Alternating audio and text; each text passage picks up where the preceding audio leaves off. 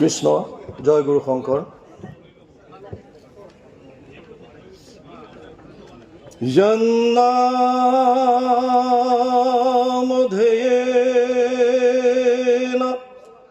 ভবদ্ভিয়ঞ্জসা তরিয়া সমুতীর্য নরঃ পরম পদম प्राप्नोति पतक्यपितं सनातनं सदा सदानन्दम् उपास्महे हृदि जार राम कृष्ण नाम नावे भव সিন্ধু তরি পাৱে পৰম পদ পাপী যত সদানন্দ সনাতন হে নয় কৃষ্ণক সদা উপাসা কৰো হৃদয়ত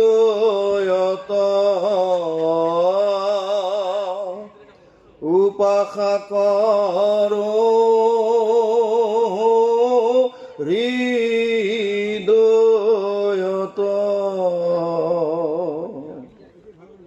কৃষ্ণ অসমীয়া সমাজৰ পথ প্ৰদৰ্শক, এক শৰণ হৰিনাম ধৰ্মৰ ভেটি প্ৰস্থাপক, নৱ বৈষ্ণৱ যুগৰ প্ৰৱৰ্তক জগতগুৰু শ্ৰীমন্ত শংকৰদেৱৰ শ্ৰীচৰণত প্ৰণিপাত জনাই যশোৱাৰ লাল কংসৰ কাল নন্দৰ নন্দন উদ্ধৱৰ বন্দন গোপিনীৰ মন দৈৱকীৰ ধন গোৱালৰ গোপাল আৰু ভকতৰ কৃপাল স্বৰূপ সৰ্বজ্ঞ সৰ্বব্যাপ্ত সৰ্বাশ্ৰয়ী সৰ্বশক্তিমান পৰম পুৰুষ পৰম আনন্দ পৰম ঈশ্বৰ পৰম কৃপালু ভগৱান কৃষ্ণৰ পাদ পংকজত সাষ্টাংগিক প্ৰণাম জনাই বৈকুণ্ঠৰ কল্পতৰু নাম বস্তুভাগক সাৰোগত কৰি শ্ৰীমন্ত শংকৰদেৱ সংঘৰ এক অন্যতম জিলা শাখা কোকৰাঝাৰ চিৰাং জিলাৰ 25 সংখ্যক বাৰ্ষিক অধিৱেশনৰ লগত সম্পৰ্ক ৰাখি আয়োজিত কৰা এই আলোচনা চক্ৰ তথা স্মৃতিগ্ৰন্থ উন্মোচন সম্বৰ্ধনা অনুষ্ঠানৰ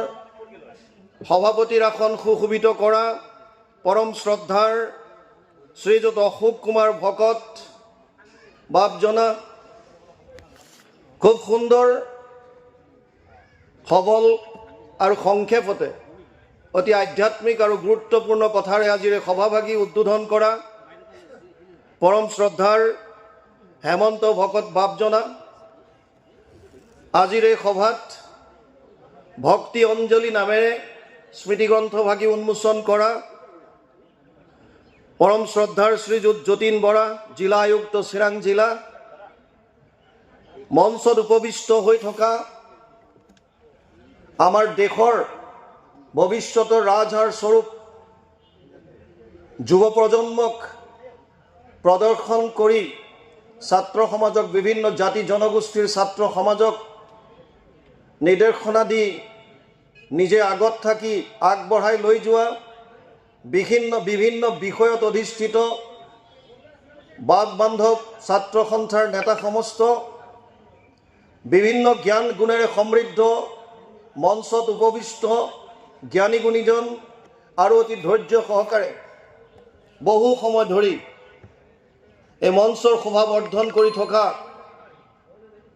চিৰাং জিলা শাখাৰ লগতে বিভিন্ন স্থানৰ পৰা আহি উপস্থিত হোৱা মোৰ পৰম শ্ৰদ্ধাৰ বাপ বান্ধৱ আই মাতৃ যুৱক যুৱতী প্ৰমুখ্যে শিশুসকলৰ শৰীৰত বিৰাজমান দিব্য আত্মাক আমি অন্তৰৰ পৰা সেৱা জনাই আমাক দিয়া দায়িত্বভাৰ পালন কৰিবৰ বাবে আপোনাসৱৰ ওচৰত উপস্থিত হৈছোঁ। আজি বৰ এটা সুন্দৰ বিষয় আমাক আগবঢ়াই দিছিল। ব্যক্তিৰ আধ্যাত্মিক আৰু সামাজিক উত্তৰণত মহাপুৰুষীয়া পৰম্পৰাৰ প্ৰাসংগিকতা। অৱশ্যে বাক্যশাৰীত অকণমান যদি আৰু খুৱলা কৰি পৰম্পৰাৰ ঠাইত যদি আদৰ্শ লিখিলেহেঁতেন, মহাপুৰুষীয়া আদৰ্শৰ প্ৰাসংগিকতা, তেতিয়া আমি ভাবিছোঁ আৰু সুন্দৰ হ'লহেঁতেন। পৰম্পৰা বস্তুটো অকণমান বেলেগ ধৰণলৈ গুচি যায়। মহাপুৰুষীয়া আদৰ্শ যি কি নহওক খুব সুন্দৰ এটা দিছে আমাক। আমি মানুহ হিচাপে জন্ম লৈছোঁ। বাকীবিলাক যিমান জীৱ জন্তু আছে আপোনালোকে যদি লক্ষ্য কৰে সকলোৰে ৰাজহাড়ডাল পৃথিৱীৰ লগত সমান্তৰালকৈ থাকে, আৰু আমাৰ মানুহৰ আমি পাৰপেণ্ডিকুলাৰ হৈ তাত খাৰা হৈ আছোঁ। অৰ্থাৎ প্ৰকৃতিয়েও আমাক এটা কথা কৈছে যে উত্তৰণ হোৱা। গীতাত ভগৱান কৃষ্ণই অৰ্জুনক কৈছে, উধৰেদ আত্মনাত্মানম না আত্মানম অৱসাদয়েত আত্মৈব হি আত্মনো বন্ধু আত্মৈব ৰিপুৰ আত্মনা। 6ষ্ঠ অধ্যায় 5 নম্বৰ শ্লোক গীতা। হে অৰ্জুন, তই যিটো অৱস্থাত আছ তাতকৈ ওপৰলৈ উঠিবলৈ চেষ্টা কৰ। যিকোনো হ'ব পাৰে, অৰ্থনৈতিকভাৱে, শাৰীৰিকভাৱে, ৰাজনৈতিকভাৱে, আধ্যাত্মিকভাৱে, সামাজিকভাৱে, যিকোনো দিশত আমি য'ত আছোঁ তাতকৈ সদায় নিজক কেনেকৈ আমি উত্তৰণ ঘটাব পাৰোঁ তাৰ চিন্তা কৰিব লাগে। আৰু তাৰ কাৰণে প্ৰথমটোৱে ইয়াত দিছে আধ্যাত্মিক দিশত। আধ্যাত্ম মানে কি? অৰ্জুনে প্ৰশ্ন কৰিছে ভগৱান কৃষ্ণক, কিম তৎ ব্ৰহ্ম কিম অধ্যাত্ম কিম পুৰুষস্নুতে আদিভূতম চ কিম প্ৰোক্তম আদিদৈৱম কিমুচ্যতে। 8ম অধ্যায় 1ম শ্লোক গীতা। একেশ অধ্যাত্ম মানে কি? কাক কয় অধ্যাত্ম? আৰু ভগৱান কৃষ্ণই তাত কৈছে, অক্ষৰ ব্ৰহ্ম পৰমম স্বভাৱ অধ্যাত্ম মুচ্যতে। অক্ষৰ যাৰ বিনাশ নাই সেইজন হৈছে ব্ৰহ্ম। আৰু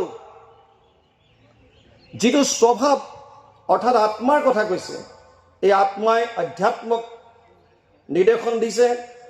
অধ্যাত্ম বোলে আত্মাৰ অধ্যয়ন। মই কোন, মই ক'ৰ পৰা আহিলোঁ, মই কি কৰা উচিত, আত্মা পৰমাত্মাৰ বিস্তৃত জ্ঞান, ইয়াক আধ্যাত্মৰ লগত জড়িত কৰিছে। আৰু ভগৱান কৃষ্ণই গীতাত কৈছে, অধ্যাত্ম জ্ঞান নিত্যত্বম তত্ত্ব জ্ঞানাৰ্থ দৰ্শনম। অধ্যাত্ম জ্ঞানকে প্ৰকৃত জ্ঞান বুলি কৈছে। এতৎ জ্ঞানম ইতি প্ৰোক্ত অজ্ঞানম যদতো অন্যথা। 3য় অধ্যায় 11 নম্বৰ শ্লোক গীতা। হে অৰ্জুন, কেৱল অধ্যাত্মিক জ্ঞানকে জ্ঞান বুলি কোৱা হৈছে, বাকী চব অজ্ঞান। কি আছে আধ্যাত্মিক জ্ঞানত? আধ্যাত্মিক জ্ঞানে 3টা বস্তু দিয়ে। প্ৰথম হৈছে ভাৱৰ শুদ্ধতা, পিউৰিটি ইন থটছ। দ্বিতীয়টো হৈছে বাণীৰ পবিত্ৰতা, পিউৰিটি ইন স্পীচ। আৰু তৃতীয়টো হৈছে কৰ্মৰ পবিত্ৰতা, পিউৰিটি ইন একশ্যন। যেতিয়া এজন মানুহৰ ভাৱত শুদ্ধতা আহিব, বাণীত শুদ্ধতা আহিব আৰু কৰ্মত যদি পবিত্ৰতা আহে, তেতিয়াহ'লে এখন সমাজৰ উন্নতি হ'ব। এখন সমাজ, সুন্দৰ সমাজ গঢ়িবৰ কাৰণে এটা সুন্দৰ মনৰ প্ৰয়োজন। আৰু সুন্দৰ মনৰ কাৰণেই আমাক এই আধ্যাত্মিকতাৰ প্ৰয়োজন, যিটো মহাপুৰুষ শ্ৰীমন্ত শংকৰদেৱে আজিৰ পৰা প্ৰায় 576 বছৰ আগতেই অসমীয়া সমাজক দি গ'ল, এক শৰণ হৰিনাম ধৰ্ম নাম দি। য'ত বিভিন্ন দেৱ দেৱতাৰ নামত কৰা হিংসা ধৰ্মৰ পৰিৱৰ্তে এক সুন্দৰ অহিংসা, কোনো জাতিৰ প্ৰতি বেয়া ভাৱ নথকা, ওমা নৰলোক বুলি বিশ্ববাসীৰ মানৱ সমস্তক উদ্দেশ্যি এটা ধৰ্ম দি গ'ল যে হে নৰলোক, তোমালোকে যদি মনুষ্য জীৱন সফল কৰিব বিচাৰিছা, তেতিয়াহ'লে কেৱল আৰু কেৱল কৃষ্ণত একান্তভাৱে শৰণাগতি হোৱা আৰু সমস্ত জীৱৰ প্ৰতি প্ৰেম ভাৱ ৰখা। আমাৰ উদ্বোধক ডাঙৰীয়াই সুন্দৰভাৱে কৈ গৈছিল প্ৰেমৰ নিদৰ্শন। প্ৰেম অবিহনে ই সম্ভৱ নহয়। তাৰ আগতে আমি বুজিব লাগিব যে আমাৰ আৰু পশু পক্ষীৰ মাজত পাৰ্থক্যনো কি? কিয় লাগে আমাক ইমান এয়া জনাৰ কি প্ৰয়োজন? মানুহৰ জন্ম পোৱাটো ইমান সহজ নহয়। 84 লাখ জনী ভ্ৰমণ কৰাৰ পাছত আমি এইটো শৰীৰ পাইছোঁ। 20 লাখ সব স্থাৱৰ জানো, 9 লাখ জলচৰ সব মানো, 11 লাখ কুৰুম কবি গাवे, पक्षीगण 10 लाख बतावे, 30 लाख पशु जानो हो भाई, 4 लाख बंदर दुखदाई, जब ये 84 लाख कट जावे तब कहूँ मानुष तन पावे। 20 लाख গছ গছনিৰ প্ৰজাতি স্থাৱৰ। আপুনি মই গছ গছনি হৈ আছিলোঁ, কেতিয়াবা অনুভৱ কৰিছে জানো যে আমিবিলাকো যে গছ গছনি হৈ আছিলোঁ? আজি যধে মধে মানুহে গছ কাটিবলৈ লৈছে, ডেভেলপৰ নামত প্ৰকৃতিক উদং কৰি দিছে। তাৰ কাৰণে বিভিন্ন ঠাইত হাতীৰ উপদ্ৰৱ, বিভিন্ন হিংস্ৰ জন্তু আহি মানুহৰ ঘৰত আহি আক্ৰমণ কৰিছে। কিয়? আমি প্ৰকৃতিক অত্যাচাৰ চলাইছোঁ। আসল তত্ত্বটো বুজা নাই। আমিও আছিলোঁ গছ গছনি হৈ। 20 লক্ষ প্ৰজাতি আছে গছ গছনিৰ, শাস্ত্ৰই কৈছে। 9 লাখ জলচৰ প্ৰাণীৰ প্ৰজাতি, 29 11 লাখ সৰীসৃপ জাতীয় প্ৰাণীৰ প্ৰজাতি, 29 11 40, 10 লাখ চৰাই চিৰিকটিৰ প্ৰজাতি, 40 10 50, 30 লাখ বিভিন্ন জন্তুৰ প্ৰজাতি, 80 লাখ আৰু 4 লাখ বান্দৰৰ প্ৰজাতি, 84 লাখ জনী ভ্ৰমণ কৰাৰ পাছত শাস্ত্ৰত কৈছে, ভাগৱতে কৈছে, 100 কোটি জন্মান্তৰে হৈ মহাভাগ নৰ শৰীৰক জীৱে তেবে পাৱে লাভ। ইমান দুৰ্লভ এটা শৰীৰ, যিটো শৰীৰ পাবৰ কাৰণে ব্ৰহ্মাৰ প্ৰাৰ্থনা কৰে। ভাৰত বৰিষ ধন্য কলিযুগ, হৰি হৰি হৰি হৰিয়ে, হৰি হৰি হৰি ব্ৰহ্মাৰো প্ৰাৰ্থনী নৰতনু অনুপম। এই শৰীৰটো পাবলৈ ব্ৰহ্মা ইচ্ছা কৰে, দেৱতাই বাঞ্ছা কৰে। তেনে এটা শৰীৰ পোৱাৰ পাছত আমি যদি কেৱল আহাৰ নিদ্ৰা ভয় মৈথুনাম চ সমানমিত পশুভিৰ নৰনম, কেৱল যদি আহাৰৰ কাৰণে, কেৱল ভোজনক গুৰুত্ব দি, কেৱল আৰাম টোপনি নিদ্ৰা, কেৱল মৃত্যুৰ ভয় আৰু সংসাৰ বৃদ্ধি, এই 4টা কৰিয়ে যদি আমি দিন পাৰ কৰাইছোঁ, তেতিয়াহ'লে আমাৰ আৰু পশু পক্ষীৰ মাজত কোনো পাৰ্থক্য নাই। যদি মানুহক শ্ৰেষ্ঠ কৰি ৰাখিছে, ধৰ্ম হি তেষাম অধিক বিশেষ ধৰ্মে নাহিনা পশুভিৰ সমানম, ধৰ্মই মানুহক শ্ৰেষ্ঠ কৰি ৰাখিছে। আৰু ধৰ্মক লৈয়ে বৰ্তমান বিভেদ হৈছে, কাৰণ আমি ধৰ্মৰ আচল তত্ত্বটো বুজি পোৱা নাই। আমি কৈছোঁ এয়া হিন্দু ধৰ্ম, এয়া মুছলমান ধৰ্ম, এয়া খ্ৰীষ্টিয়ান, এয়া শিখ। এয়াতো ধৰ্ম নহয়, সম্প্ৰদায়। একোটা সম্প্ৰদায় ঈশ্বৰ উপাসনা কৰাৰ মাৰ্গ হ'ব পাৰে পৃথক, কিন্তু মানৱীয় ধৰ্ম কি? ধৰ্মটো বস্তুৰো আছে। জুইৰ ধৰ্ম আছে, জুইয়ে তাপ দিয়ে, প্ৰকাশ দিয়ে, সংস্পৰ্শত আহিলে জ্বলাই দিব। পানীৰ ধৰ্ম আছে, পানী শীতল, পানী নিম্নগামী, তললৈ বৈ যায়। চেনীৰ ধৰ্ম আছে, মিঠাপন। নিমখৰ ধৰ্ম আছে, নিমখীয়া। তো মানুহৰ কি ধৰ্ম? মনুস্মৃতিত কৈছে, ধৃতি ক্ষমা দম অস্তেয় শৌচম ইন্দ্ৰিয় নিগ্ৰহ ধীৰ বিদ্যা সত্যম ক্ৰোধ দশকম ধৰ্ম লক্ষণম। 6ষ্ঠ অধ্যায় 92 নম্বৰ শ্লোক মনুস্মৃতি। প্ৰথমতেই কৈছে আমি কি ধাৰণ কৰি ৰাখিছোঁ, আমাৰ ভাৱ শক্তি কেনেকুৱা, মনত কি পুহি ৰাখিছোঁ। মই পুৰুষ, মই মহিলা, মই উজনিৰ, মই নামনিৰ, মই মুছলমান, মই হিন্দু, মই কোচ ৰাজবংশীৰ, মই কলিতা, মই আহোম, মই কি ধাৰণ কৰি ৰাখিছোঁ, সেইটোৱে মোৰ কাৰণে ধৰ্ম।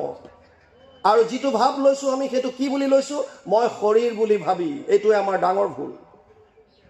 যেতিয়ালৈকে আমি নিজক শৰীৰ বুলি ভাবিম, তেতিয়ালৈকে আমি আধ্যাত্মিক জগতত খোজ দিব নোৱাৰোঁ। মই শৰীৰ নহয়, মই এক আত্মা। আৰু আত্মা সকলোৰে আছে, সকলোৰে। যত দেখা, যত শুনা, ভূত ভৱিষ্যত স্থাৱৰ জংগময়িতো সমস্তে জগত কৃষ্ণ ব্যতিৰেকে একো বস্তু নাহি জানা, সমস্তে জগত কৃষ্ণ হেন মনে মানা।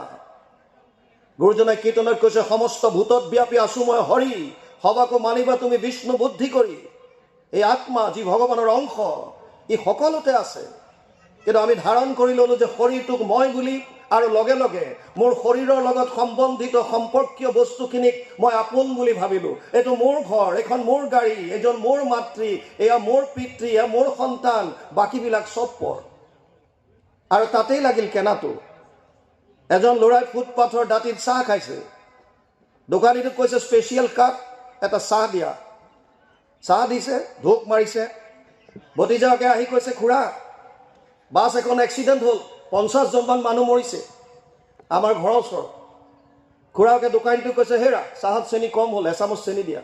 কোনো প্ৰভাৱ নাই, 50 জন মানুহ মৰিল, একো নাই।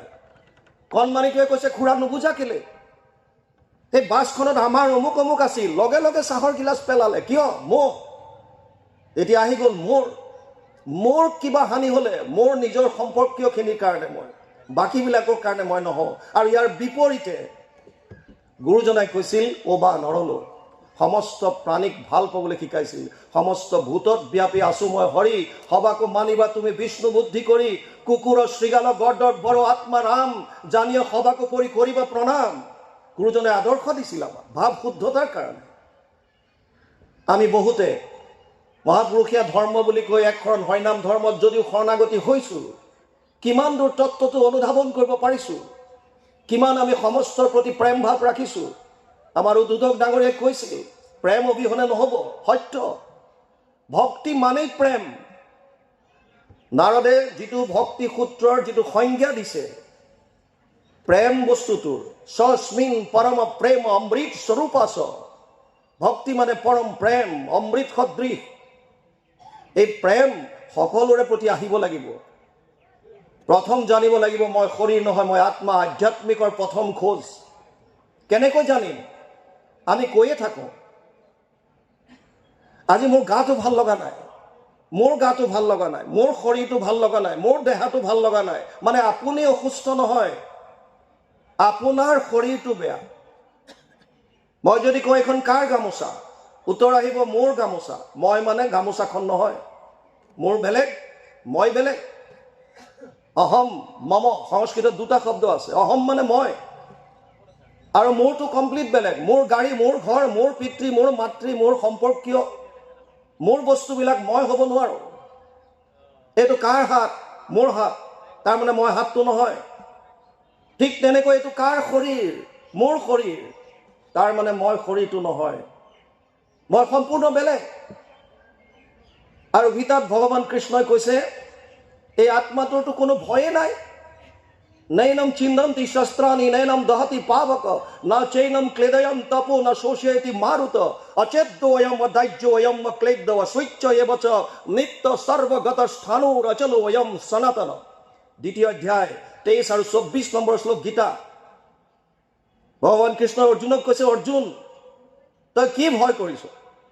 তই যাক মাৰিম বুলি ভাবিছ তই মাৰিব নোৱাৰ। তই যাক ভাবি আছ এয়া মোৰ পিতামহ ভীষ্ম, এয়া মোৰ গুৰু দ্ৰোণাচাৰ্য, এই তই শৰীৰবিলাকক ভাবি আছ। তেওঁলোক শৰীৰ নহয়, চব আত্মা। আৰু আত্মাক অস্ত্ৰ শস্ত্ৰই কাটিব নোৱাৰে, আত্মাক জুয়ে পুৰিব নোৱাৰে, পানীয়ে তিয়াব নোৱাৰে, বায়ুৱে শুহিব নোৱাৰে। আত্মা অচেদ্য, অদাহ্য, অক্লেদ্য, নিত্য সনাতন। যেনেকৈ বাসাংসি জীৰ্ণানি যথা বিহায় নবানি গৃহণাতি নৰোপৰাণি তথা শৰীৰানি বিহায় জীৰ্ণানি অন্যান সংয়াতি নবানি দেহি। দ্বিতীয় অধ্যায় 22 নম্বৰ শ্লোকত ভগৱান কৃষ্ণই কৈছে, হে অৰ্জুন, যেনেকৈ আমাৰ কাপোৰ ফাটি গ'লে আমি নতুন বস্ত্ৰ পৰিধান কৰোঁ, তেনেকৈ আত্মাই এটা শৰীৰ যেতিয়া নষ্ট হৈ যায় বেলেগ শৰীৰ ধাৰণ কৰে। তাৰ কাৰণে চিন্তা কৰিবলগীয়া কি আছে? কিন্তু আমি ভয় কৰোঁ, মৃত্যুৰ ভয়। আৰু তাৰ কাৰণে নিজক বচাই ৰাখিবৰ কাৰণে আমি আনৰ প্ৰতি হিংসা আচৰণ কৰোঁ। কোনোবাই ধৰ্মৰ নামত কৰিছে, কোনোবাই জাতিৰ নামত কৰিছে, কোনোবাই আপোন পৰৰ নামত কৰিছে, বিভিন্ন ধৰণৰ। ইয়াৰ পৰিৱৰ্তে গুৰুজনাই কৈছিল কাকো নিন্দা নকৰিবা, কাকো হিংসা নকৰিবা। যদি ঈশ্বৰক পাব বিচাৰিছা, যদি আনন্দ লাভ কৰিব বিচাৰিছা, দেৱৰ ঈশ্বৰ হৰিতান্ত মহা যত্ন কৰি লৈও এক শৰণ সাক্ষাৎ, যাৰ ইচ্ছা মুখ্য পাইবে নালাগে দূৰক যাইবে, আছে হৰি সবাৰো হিয়া। ভগৱান ইয়াত আছে। যিটো প্ৰাণবন্ধু কৃষ্ণ হৃদয়তে আছে, সিটো মনে সে কৰিবে লাগে, সে কৰা তোৰো নাহি হানি, এতে কতে পদ্ম পানী তুষ্ট হন্ত দেৱতাৰো দেৱ। কি সুন্দৰ উদাহৰণ আমাক দি গ'ল।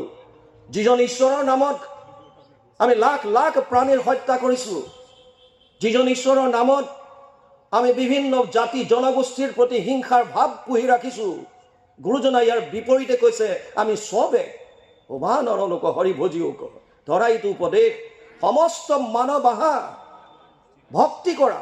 কাক কৰিবা? কৃষ্ণ। কেনেকৈ কৰিবা? কৃষ্ণ সমস্ততে আছে। কপিলে মাতৃ দেৱহূতিক কৈছে, অহম সৰ্বেষু ভূতেষু ভূতাত্মানাম অৱস্থিত সদা তম অৱজ্ঞায় মাম মৰ্ত কুৰুতে অৰ্চ বিৰম্বনম। 3:29-21 তৃতীয় স্কন্ধ 29 নম্বৰ অধ্যায় 21 নম্বৰ শ্লোক ভাগৱত।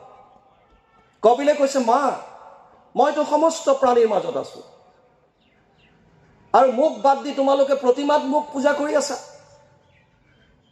মই আছো সমস্ত প্ৰাণী। আমি যেতিয়া প্ৰতিমা এটা পাওঁ তাত সেৱা কৰোঁ, বাহিৰত ভিক্ষাৰী কিজন থাকিলে লেইলে চেই কৰোঁ, আঁতৰ ক'ত আহিছ। আৰু গুৰুজনাৰ আদৰ্শ চাওঁ, সমস্ত জীৱৰ প্ৰতি ভাল ভাৱ ৰাখা, তোমাৰ ভক্তি হৈ গ'ল। আধ্যাত্মিক উত্তৰণৰ কাৰণে আপোনাৰ দৃষ্টিকোণ সলনি হ'ব লাগিব। ভাৱৰ শুদ্ধতা, ভাৱৰ শুদ্ধতাৰ কাৰণে ব্যাসদেৱে কৈছে, তদস্মাৎ পৰম কিঞ্চিত মনশুদ্ধেন বিদ্যতে জন্মান্তৰে ভৱেৎ পুণ্যম তদা ভাগৱতম লভেৎ। পদ্মপুৰাণ উত্তৰখণ্ড ভাগৱত মাহাত্ম্য প্ৰথম অধ্যায় 12 নম্বৰ শ্লোক। ব্যাসদেৱে কৈছে ভাৱ শুদ্ধিৰ কাৰণে যদি কিবা গ্ৰন্থ আছে, শ্ৰেষ্ঠ গ্ৰন্থ সেয়া হৈছে কেৱল আৰু কেৱল ভাগৱত। ভাগৱততকৈ শ্ৰেষ্ঠ গ্ৰন্থ মন শুদ্ধিৰ বাহিৰে আৰু আন একো নাই, যদিও আছে মই নাজানো। আৰু ইণ্টাৰেষ্টিং কথা, বৰ্তমান সময়ত ভাগৱতৰ এক জোৱাৰ উঠিছে অসমত। চাৰিওফালে কেৱল ভাগৱত চৰ্চা, ডাঙৰ ডাঙৰ হোৰ্ডিং লগোৱা থাকে, অবিৰত ভাগৱত পাঠ, অখণ্ড ভাগৱত পাঠ, ভাগৱত পাঠ আৰু ব্যাখ্যা। আৰু তাৰ উপৰিও আমি পৰোক্ষভাৱে মোবাইলত শুনিছোঁ, ইউটিউব লগাতাৰ শুনি আছোঁ ভাগৱত। আৰু ব্যাসদেৱে কৈছে ভাগৱত শুনিলে মনৰ ভাৱ শুদ্ধ হয়। আমাৰ মনৰ ভাৱ শুদ্ধ হৈছে নে নাই? যদি মনৰ ভাৱ শুদ্ধ হয়, তেতিয়াহ'লে সমাজত কোনো ধৰণৰ চোৰ ডকাইত, ধৰ্ষণ, লুণ্ঠন, হিংসা, দ্বেষ, কাম, ক্ৰোধ এইবিলাক থাকিব নোৱাৰে। আপোনাৰ মনৰ ভাৱ শুদ্ধ হৈ গ'ল, কাৰো প্ৰতি বেয়া ভাৱ নাই। আৰু আমি ভাগৱত শুনিছোঁ, কিন্তু সমাজলৈ যেতিয়া আমি চাওঁ তেতিয়া দেখোঁ যে বৰ্তমান সমাজতো চোৰ ডকাইত, ধৰ্ষণ, লুণ্ঠন, হিংসা, দ্বেষ, কাম, ক্ৰোধ সমান্তৰালভাৱে গৈ আছে। যেনেকৈ ৰেল দুডাল, যাক চিৰি বুলি কয়, আচলতে ৰেল মানে ট্ৰেক দুডাল, ওপৰত যিখন চলে সেইখনক ট্ৰেইন বুলি কয়। আমাৰ আগতে ৰেল গাড়ী বুলি কয়, ৰেলত চলা গাড়ীখন। ট্ৰেক দুডালক ৰেল বুলি কয়। ৰেল যেনেকৈ কেতিয়াও লগ নালাগে, চিৰি দুডাল কেতিয়াও লগ নালাগে, আমাৰো বৰ্তমান একেই হৈছে। ধৰ্ম আৰু কৰ্ম লগ হোৱা নাই। ধৰ্ম এফালে কৰি আছোঁ, কৰ্ম এফালে কৰি আছোঁ, মিল হোৱা নাই তাৰ। যিদিনালৈকে আমাৰ কৰ্মক্ষেত্ৰত ধৰ্ম আহি নোসোমাব, তেতিয়ালৈকে আমি ভবা সমাজখন, গুৰুজনাই ভবা সমাজখন কোনোদিন আমি গঢ় দিব নোৱাৰিম। মহাত্মা গান্ধী অসমলৈ আহি কৈ গ'ল, যিখন ভাৰতৰ কথা মই কল্পনা কৰিছোঁ সেইখন দেখোন ইয়াত মহাপুৰুষ শ্ৰীমন্ত শংকৰদেৱে পঞ্চদশ শতিকাতে দেখোন কৰি থৈ গ'ল। কিন্তু আমি তাৰ তত্ত্বটো কিমান বুজিছোঁ, কিমান দূৰলৈকে? প্ৰথম আহিছে ভাৱৰ শুদ্ধতা। ভাৱৰ শুদ্ধতাৰ কাৰণে আটাইতকৈ সহজ উপায় গুৰুজনাই কৈছে শ্ৰৱণ আৰু কীৰ্তন কৰা। যিমান পাৰা, যদ্যপি ভগতি নৱবিধ মাধৱৰ, শ্ৰৱণ কীৰ্তন আতহন্ত শ্ৰেষ্ঠতৰ। প্ৰহ্লাদে দৈত্য শিশুসকলক কৈছিল, শ্ৰৱণম কীৰ্তনম বিষ্ণু স্মৰণম পাদসেৱনম অৰ্চনম বন্দনম দাস্যম সাক্ষ্য আত্মনিবেদনম। ৭-৫-২৩, সপ্তম স্কন্ধ ৫ম অধ্যায় ২৩ নম্বৰ শ্লোক। এই দৈত্য শিশুসকল, ঈশ্বৰক উপাসনা কৰিবৰ কাৰণে নৱবিধ ভক্তি আছে, গুৰুজনাই তাকো সহজে কৰি দিলে। নালাগে নৱবিধ কৰিব, শ্ৰৱণ আৰু কীৰ্তন কৰা। কিয় শ্ৰৱণত কিয় গুৰুত্ব দিলে? কিমান প্ৰাসংগিকতা চাওক। যদি আপোনাক কোনোবাই কয়, আইগৰাকী আপোনাক দেখোন বহুত ধুনীয়া লাগিছে, কাপোৰযোৰ ইমান সুন্দৰ, আপুনি ফুলি উঠিব। বিয়া খাবলৈ গৈছে নতুন সাজ এযোৰ পিন্ধি, বিয়া ঘৰত যদি কোনোবাই কৈ দিলে, আইগৰাকী ক'ৰ পৰা লৈছে এযোৰ, ইমান যে ধুনীয়া, বিয়া ঘৰত কি খুৱাইছে বাদ দিয়ক, আপুনি হাঁহি হাঁহি ঘৰলৈ আহিব। কিয়? প্ৰশংসা কৰিলে। আৰু যদি কোনোবাই বেয়াকে কয় তেতিয়া দুখিত হ'ব, ক্ৰোধিত হ'ব। তাৰ মানে কি? তাৰ মানে কেইটামান শব্দ, কেইটামান মাত্ৰ শব্দ আপোনাৰ কৰ্ণ ৰন্ধ্ৰইদি ভিতৰলৈ প্ৰৱেশ কৰি এনেকুৱা এটা কেমেষ্ট্ৰি তৈয়াৰ কৰিছে, এনেকুৱা এটা ৰসায়নৰ সৃষ্টি কৰিছে, যিটো ৰসায়ন আপোনাৰ ইন্দ্ৰিয়বিলাকৰ অনুকূল। তেতিয়া আপুনি উল্লাসিত হৈছে, আনন্দিত হৈছে, প্ৰফুল্লিত হৈছে। আৰু যদি এই শব্দকেইটা আপোনাৰ প্ৰতিকূল হয়, আপুনি বিচৰা নাই তেনেকুৱা শব্দ শুনাৰ, তেতিয়া আপুনি দুখিত হ'ব, ক্ৰোধিত হ'ব। সাধাৰণ গ্ৰাম্য কথাই যদি আপোনাক প্ৰভাৱিত কৰিব পাৰে, গুৰুজনাৰ লজিক শুনক। ভাগৱত ভগৱান কৃষ্ণৰ বাংময় মূৰ্তি। তেনেয়ম বাংময় মূৰ্তি প্ৰত্যক্ষ বৰ্ততে হৰি, সেৱাত শ্ৰৱণাত পথত দৰ্শনাত পাপনাশিনী। পদ্মপুৰাণ উত্তৰখণ্ড ভাগৱত মহাত্ম ৩য় অধ্যায় ৬২ নম্বৰ শ্লোক। ব্যাসদেৱে কৈছে ভগৱান কৃষ্ণৰ বাংময় মূৰ্তিয়ে হৈছে ভাগৱত। যদি সাধাৰণ গ্ৰাম্য কথাই আমাক প্ৰভাৱিত কৰিব পাৰে, তেতিয়াহ'লে কৃষ্ণময় শব্দবিলাকে কি নোৱাৰিব? মহাপুৰুষ মাধৱদেৱে কৈছে পাৰিব। কেনেকৈ? কৰ্ণপথে ভকতৰ হিয়াত প্ৰৱেশী হৰি, দুৰ্বাসনা হৰে সমস্তই, জলৰ যতেক মল যেহেন শৰৎকালে, স্বভাৱতে নিৰ্মল কৰয়। নিৰ্মল কৰি তুলিব। কিন্তু আমি শ্ৰৱণ কৰিব লাগিব, আৰু শ্ৰৱণ কৰোঁ, কিন্তু কেতিয়া? ভাগৱতৰতো জোৱাৰ উঠিছে, শুনিছোঁ আমি। কেতিয়া? আপুনি ইলেক্ট্ৰনিক্সৰ বস্তু এটা বজাৰৰ পৰা যেতিয়া কিনি আনে, আজিকালি হাতে হাতে মোবাইল, মোবাইলৰ বক্সত এখন কাগজ থাকে, লিফলেট বা মেনুৱেল বুলি কয়। মোবাইলটো ব্যৱহাৰ কৰাৰ আগত তাক 10 বাৰ আমি ষ্টাডি কৰোঁ, পঢ়োঁ, নহ'লে দোকানীক সোধোঁ কেনেকৈ ব্যৱহাৰ কৰিব লাগে, ইয়াৰ ফাংচন কি কি, এই মোবাইলটো ব্যৱহাৰ কেনেকৈ কৰিম। আপুনি ৱাশ্বিং মেচিন আনক, ফ্ৰিজ আনক, কিবা আনক, আজিকালি ব্ৰেণ্ডেড কাপোৰ ল'লেও আপোনাক তাতো থাকে কেনেকৈ ধুব, ক'ত কেনেকৈ মেলিব, ৰ'দত মেলিলে কালাৰ গুচি যাব নেকি, চব লিখা থাকে। সাধাৰণ বজাৰৰ পৰা বস্তু এটা অনাৰ আগত আমি তাৰ বিষয়ে বুজি লওঁ কেনেকৈ ব্যৱহাৰ কৰিম। আৰু তেনে ক্ষেত্ৰত দেৱৰো দুৰ্লভ ব্ৰহ্মাৰো প্ৰাৰ্থনী, এই নৰশৰীৰটো পাই ইয়াক কেনেকৈ ব্যৱহাৰ কৰিব লাগে তাৰ কাৰণে কেতিয়াবা আমি মেনুৱেল মেলি চাইছোঁ নে নাই, কেতিয়াবা লিফলেট খুলি চাইছোঁ নে নাই। বহুতে হয়তো গমেই নাপাব যে ইয়াৰ কাৰণেও মেনুৱেল আছে, আমিতো পোৱা নাই। মায়েতো জন্ম হোৱাৰ সময়ত মোক নিদিলে, জেনেৰেলি প্ৰডাক্ট ওলোৱাৰ লগে লগে দিব লাগে, কিন্তু দিয়া নাই। ক'ত পাম সেইখন? আৰু মুখেৰে গাই আছোঁ শাস্ত্ৰৰ উত্তম গীতা ভাগৱত। যদি শাস্ত্ৰৰ উত্তম গীতা ভাগৱত হয় তেতিয়াহ'লে গীতা ভাগৱতেই আপোনাৰ জীৱনৰ মেনুৱেল। গীতা ভাগৱত বহুত তাত্ত্বিক বস্তু, গতিকে তাৰ সাৰ মৰ্ম আনি আমি কীৰ্তন কৰিব পৰাৰ কাৰণে পৰাৰ নিচিনাকৈ সুবিধা কৰি মহাপুৰুষ শ্ৰীমন্ত শংকৰদেৱে আমাক কীৰ্তন দিলে আৰু দ্বাদশ স্কন্ধৰ ভিতৰত দশম ভাগী আমাক উলিয়াই সুকীয়াকৈ দিলে। মাধৱ পুৰুষে সমস্ত শাস্ত্ৰৰ সাৰ যি পালে, গুৰুজনৰ পৰা যি আশীৰ্বাদ পালে আৰু নিজৰ আত্ম উপলব্ধিৰে যিখিনি জ্ঞান পালে, এই সমস্তখিনি ঘোষাত থলে আৰু ৰত্নাৱলী দিলে। আৰু ইণ্টাৰেষ্টিং কথা শুনক, যেনেকৈ ভগৱান কৃষ্ণই কৈছে মই ভাগৱতত আছোঁ, তিৰোধায়ে প্ৰবিষ্ট অয়ম শ্ৰীমদ ভাগৱত অৰ্ণৱম, মই যদি বৈকুণ্ঠলৈ যাম কিন্তু মোৰ সমস্ত বল বীৰ্য শক্তি ভাগৱতৰ মাজত মই বিলীন কৰি থৈ যাম। আৰু একেই কথা মহাপুৰুষ শ্ৰীমন্ত শংকৰদেৱে কৈ গৈছে। আমি কিমান দূৰ অনুধাৱন কৰিছোঁ এইটো আমাৰ কথা। মহাপুৰুষ মাধৱদেৱে যেতিয়া অন্তিমবাৰৰ কাৰণে গুৰুজনাক কোচবিহাৰলৈ যাবলৈ ওলাল, তেতিয়া কৈছিল, হে গুৰুদেৱ, আপুনিচোন থাকোঁতেই এখন হৰিনাম ধৰ্ম প্ৰচাৰ প্ৰসাৰত ইমান বাধা, আপুনি থাকোঁতেই এটা জেগাত থাকি পেলাই আপুনি কৰিব নোৱাৰিলে। কেতিয়াবা ৰাজৰোষত পৰিছে, কেতিয়াবা ব্যক্তিৰ ৰোষত, কেতিয়াবা কাৰোবাৰ এটা স্থানত আপুনি থাকিব পৰা নাই। আৰু আপোনাৰ অবিহনে আপুনি মোক যি গুৰু দায়িত্ব দিছে, মই এই দায়িত্ব কেনেকৈ পালন কৰিম? গুৰুজনাই কৈছিল, বৰাৰ পোক, তুমি কিয় ভাবিছা মই নাথাকোঁ? মই আছোঁ। কিন্তু আপুনি যে যাবলৈ ওলাইছে কোচবিহাৰ, না না, মই কোচবিহাৰলৈ কায়িকভাৱে যাম, তেতিয়া আপুনি ক'ত থাকিব?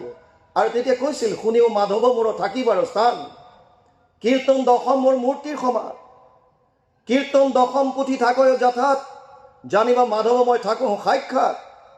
আৰু মাধৱ পুৰুষকো কৈছিল, ঘোষা নামে শাস্ত্ৰখানি তুমিও কৰিবা, ঘোষা ৰত্নাৱলীৰ মাজে তুমিও থাকিবা। তাৰ মানে কি? ভগৱান কৃষ্ণ বাংময় ৰূপে বাণী ৰূপে আছে ভাগৱতত, মহাপুৰুষ শ্ৰীমন্ত শংকৰদেৱ বাণী ৰূপে আছে কীৰ্তন দশমৰ পাতত, আৰু মহাপুৰুষ মাধৱদেৱ বাণী ৰূপে আছে ঘোষা ৰত্নাৱলীৰ মাজত।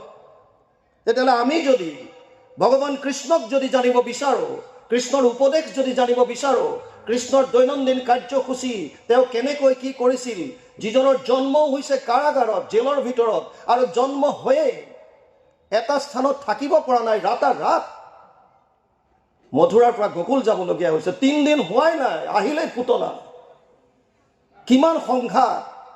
তথাপিতো যিজন কৃষ্ণই মুখৰ পৰা হাঁহি কেতিয়াও যাবলৈ দিয়া নাই, সদায় হাঁহি আছিল। যিজন ভগৱান কৃষ্ণই মথুৰাত কংস বধ কৰি, সাধাৰণতে কি হয়, কোনোবা এজন ব্যক্তিয়ে কোনোবা এখন দেশৰ লগত যেতিয়া যুদ্ধ হয়, যিজন বিজয়ী হয় সেইজনে পৰাজিত হোৱা ৰাজ্যখনৰ ৰাজসিংহাসন অধিকাৰ কৰিব পাৰে বা তাত তেওঁ বহিব পাৰে, এইটো অধিকাৰ তেওঁৰ আছে। ভগৱান কৃষ্ণই কংসক বধ কৰি দিয়াৰ লগে লগে মথুৰাৰ ৰাজপাটত বহিব পাৰিলেহেঁতেন, কিন্তু নাই বহা। তেওঁ কাৰাগাৰৰ পৰা উগ্ৰসেনক উলিয়াই আনি কৈছে, হে মহাৰাজ, এই সিংহাসনৰ অধিকাৰী আপুনি, মই আপোনাৰ সেৱক। আৰু আমি যিসকলে কৃষ্ণক আৰাধ্য বুলি মানি, ইষ্টদেৱ বুলি মানি যদি আমি বিষয় পাবৰ কাৰণে লবি ছিষ্টেম কৰোঁ, দুৰ্নীতিৰ দ্বাৰা যদি আমি কিবা বিষয় পাব আমি অধিকাৰ কৰিব বিচাৰোঁ, তেতিয়াহ'লে আমি কৃষ্ণক কিমান বুজি পাইছোঁ? কিমান মানিছোঁ কৃষ্ণ। যদি কোনোবা বিষয়ৰ কাৰণে আমি দুৰ্নীতি কৰোঁ, বিষয়ৰ কাৰণে যদি আমি অন্যায় কৰোঁ, বিষয়ৰ কাৰণে যদি আমি লবি ছিষ্টেম কৰোঁ, তেতিয়াহ'লে আমি সেইজন কৃষ্ণক কিমান মানিছোঁ, কিমান সন্মান কৰিছোঁ। গুৰুজনাক যদি জানিব বিচাৰিছে তেতিয়াহ'লে কীৰ্তন দশম অধ্যয়ন কৰক, য'ত তেওঁ কৈছে সমস্ত ভূতত ব্যাপী আছোঁ মই হৰি। আমাৰ সেইটো ভাৱ আছেনে নাই? ই দেখোন বেলেগ ধৰ্ম, তাক কেনে মাতিম? এই দেখোন বেলেগ কৰবাৰ, তাক আমি কিয় কৰিম? এইবিলাক ভাৱ হ'লে কেনেকৈ হ'ব? আপোনাকতো কোৱা নাই যিজন ভগৱানে সকলোৰে প্ৰতি কৃপা বৰ্ষণ কৰিছে আপুনি ভগৱানতকৈ উৰ্ধত নে? সমদৃষ্টি ৰাখক, দৃষ্টিকোণ ঠিক ৰাখক। আপোনাৰ লগত নীতি নিয়মত কিবা মিলা নাই, একো ডাঙৰ কথা নহয়। নীতি নিয়ম আপুনি আপোনাৰ মতে কৰক, তেওঁলোকে তেওঁলোকৰ মতে কৰিছে, কিন্তু আপুনি তেওঁৰ প্ৰতি নিন্দা ভাৱ নাৰাখিব। আনৰ ধৰ্মক নিহিংসিবা কদাচি। সকলোকে আজি যদি আমাৰ মাজৰ পৰা জাতি জনগোষ্ঠীবিলাক যদি হেৰাই যায়, তে কাক লৈ গৌৰৱ কৰিব? গুৰুজনাইতো সেইটো বিচৰা নাছিল, সকলোকে আঁকোৱালি লৈছিল। সকলো থাকিলেহে আমি অসমীয়া থাকিম, যদি কোনোৱে নাথাকে আমি কাক লৈ কম? আপুনি যেনিবা ৰজা হৈ গ'ল আৰু প্ৰজা এজনো নাই, কি কৰিব তেতিয়া? কাক লৈ পেলাই আমি কৰিম? সমস্ত জাতি জনগোষ্ঠী যত যিমান আছে সকলোৰে ৰক্ষণাবেক্ষণ, তেওঁলোকৰ কলা সংস্কৃতিক সুন্দৰভাৱে জীয়াই তোলা, জীয়াই ৰখাৰ দায়িত্ব আমাৰ। আৰু ইয়াত যিসকল ছাত্ৰ সন্থাৰ বিভিন্ন জাতি জনগোষ্ঠীৰ সভাপতি সম্পাদক বিষয়ববীয়া আহিছে, আমি তেওঁলোকৰ ওচৰত হাতযোৰ কৰিম, আমি অনুৰোধ কৰিম। কিয়নো যুৱচাম হৈছে বেকবোন অফ দ্য কাণ্ট্ৰি, এখন দেশৰ ৰাজহাড় স্বৰূপ, আৰু তেওঁলোক এটা গুৰু দায়িত্বত আছে।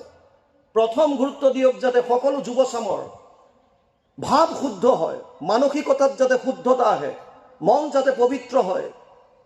আজি যুৱচাম বিপথে গৈছে। আমাৰ বিশ্বনাথ চাৰিআলি নিচিনা জেগাত ৩-৪খনকৈ ৰিহেব চেণ্টাৰ হৈছে, নিচা মুক্তি কেন্দ্ৰ। অতি পৰিতাপৰ বিষয়।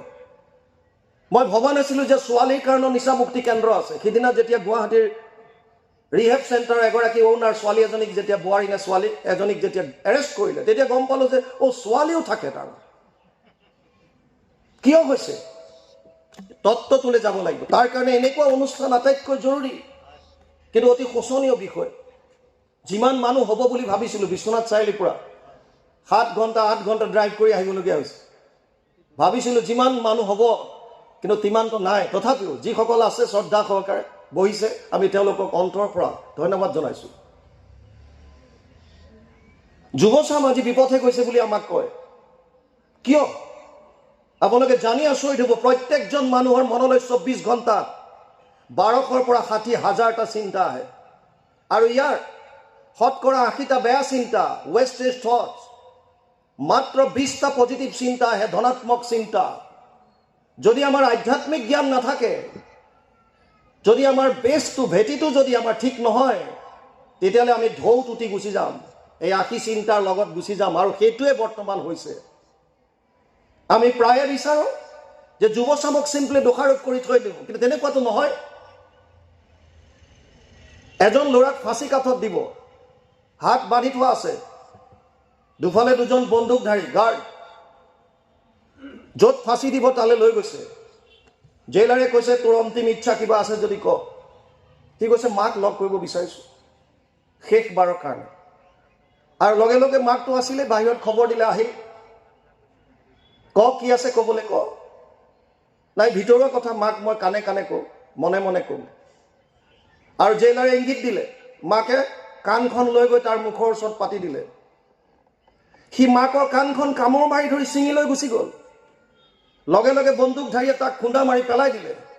জেইলাৰে কৈছে তই কেনেকুৱা, তোৰ এয়া আচৰণ, আৰু মাত্ৰ কেই ছেকেণ্ডৰ পাছত তোৰ প্ৰাণ গুচি যাব।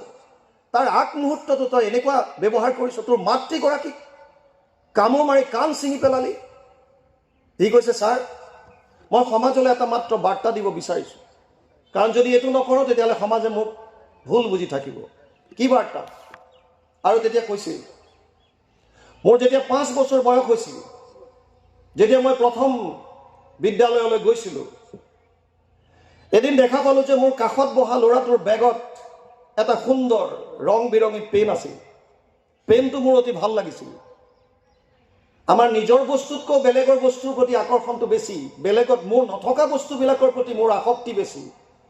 মোৰ যিটো নাই সেইটোক মই বেছিকৈ ভাল পাওঁ আৰু স্বভাৱ সেই বস্তুটো কেনেকৈ মই নিজৰ কৰি লওঁ, আপোন কৰি লওঁ। ল'ৰাটোৱে মনে মনে কাষৰ ল'ৰাটোৰ পৰা পেনটো আনি নিজৰ বেগত সোমোৱাই থৈ দিলে আৰু মাকক গৈ কৈছে। সৰু ল'ৰা ছোৱালী মাকক চব শ্বেয়াৰ কৰে, ডাঙৰ হ'লেও কৰিব লাগে।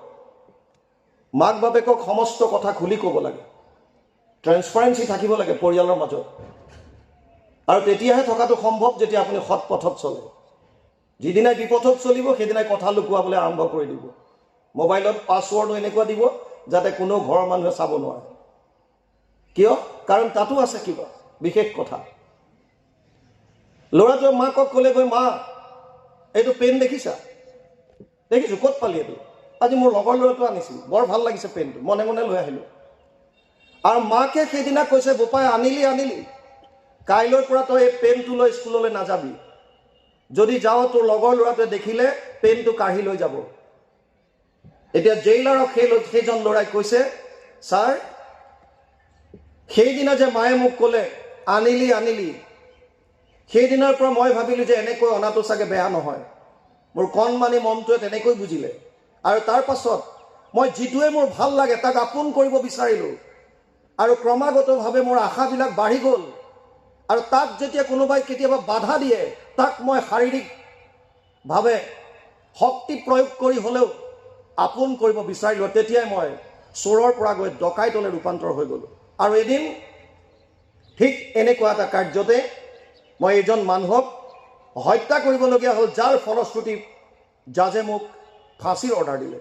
আপুনি কওক, জেইলাৰক কৈছে, আজি মই যিজন হ'লোঁ, মোক যদি মায়ে সেইদিনাই ক'লেহেঁতেন যে বেলেগৰ বস্তু চুৰ কৰি অনাটো ভাল কথা নহয়, তই ভুলতে আনিলি, কাইলৈ পেনটো লৈ গৈ তোৰ লগৰ ল'ৰাটোক দিবি আৰু ক্ষমা খুজিবি, কবি বোপাই ভাইটি বা বন্ধু দোস্ত, মই ভুলতে কালি তোৰ পেনটো লৈ গ'লোঁ, মায়ে কৈছে এইটো বেয়া কথা, গতিকে মোক ক্ষমা কৰিবি, মই তোক ঘূৰাই দিলোঁ।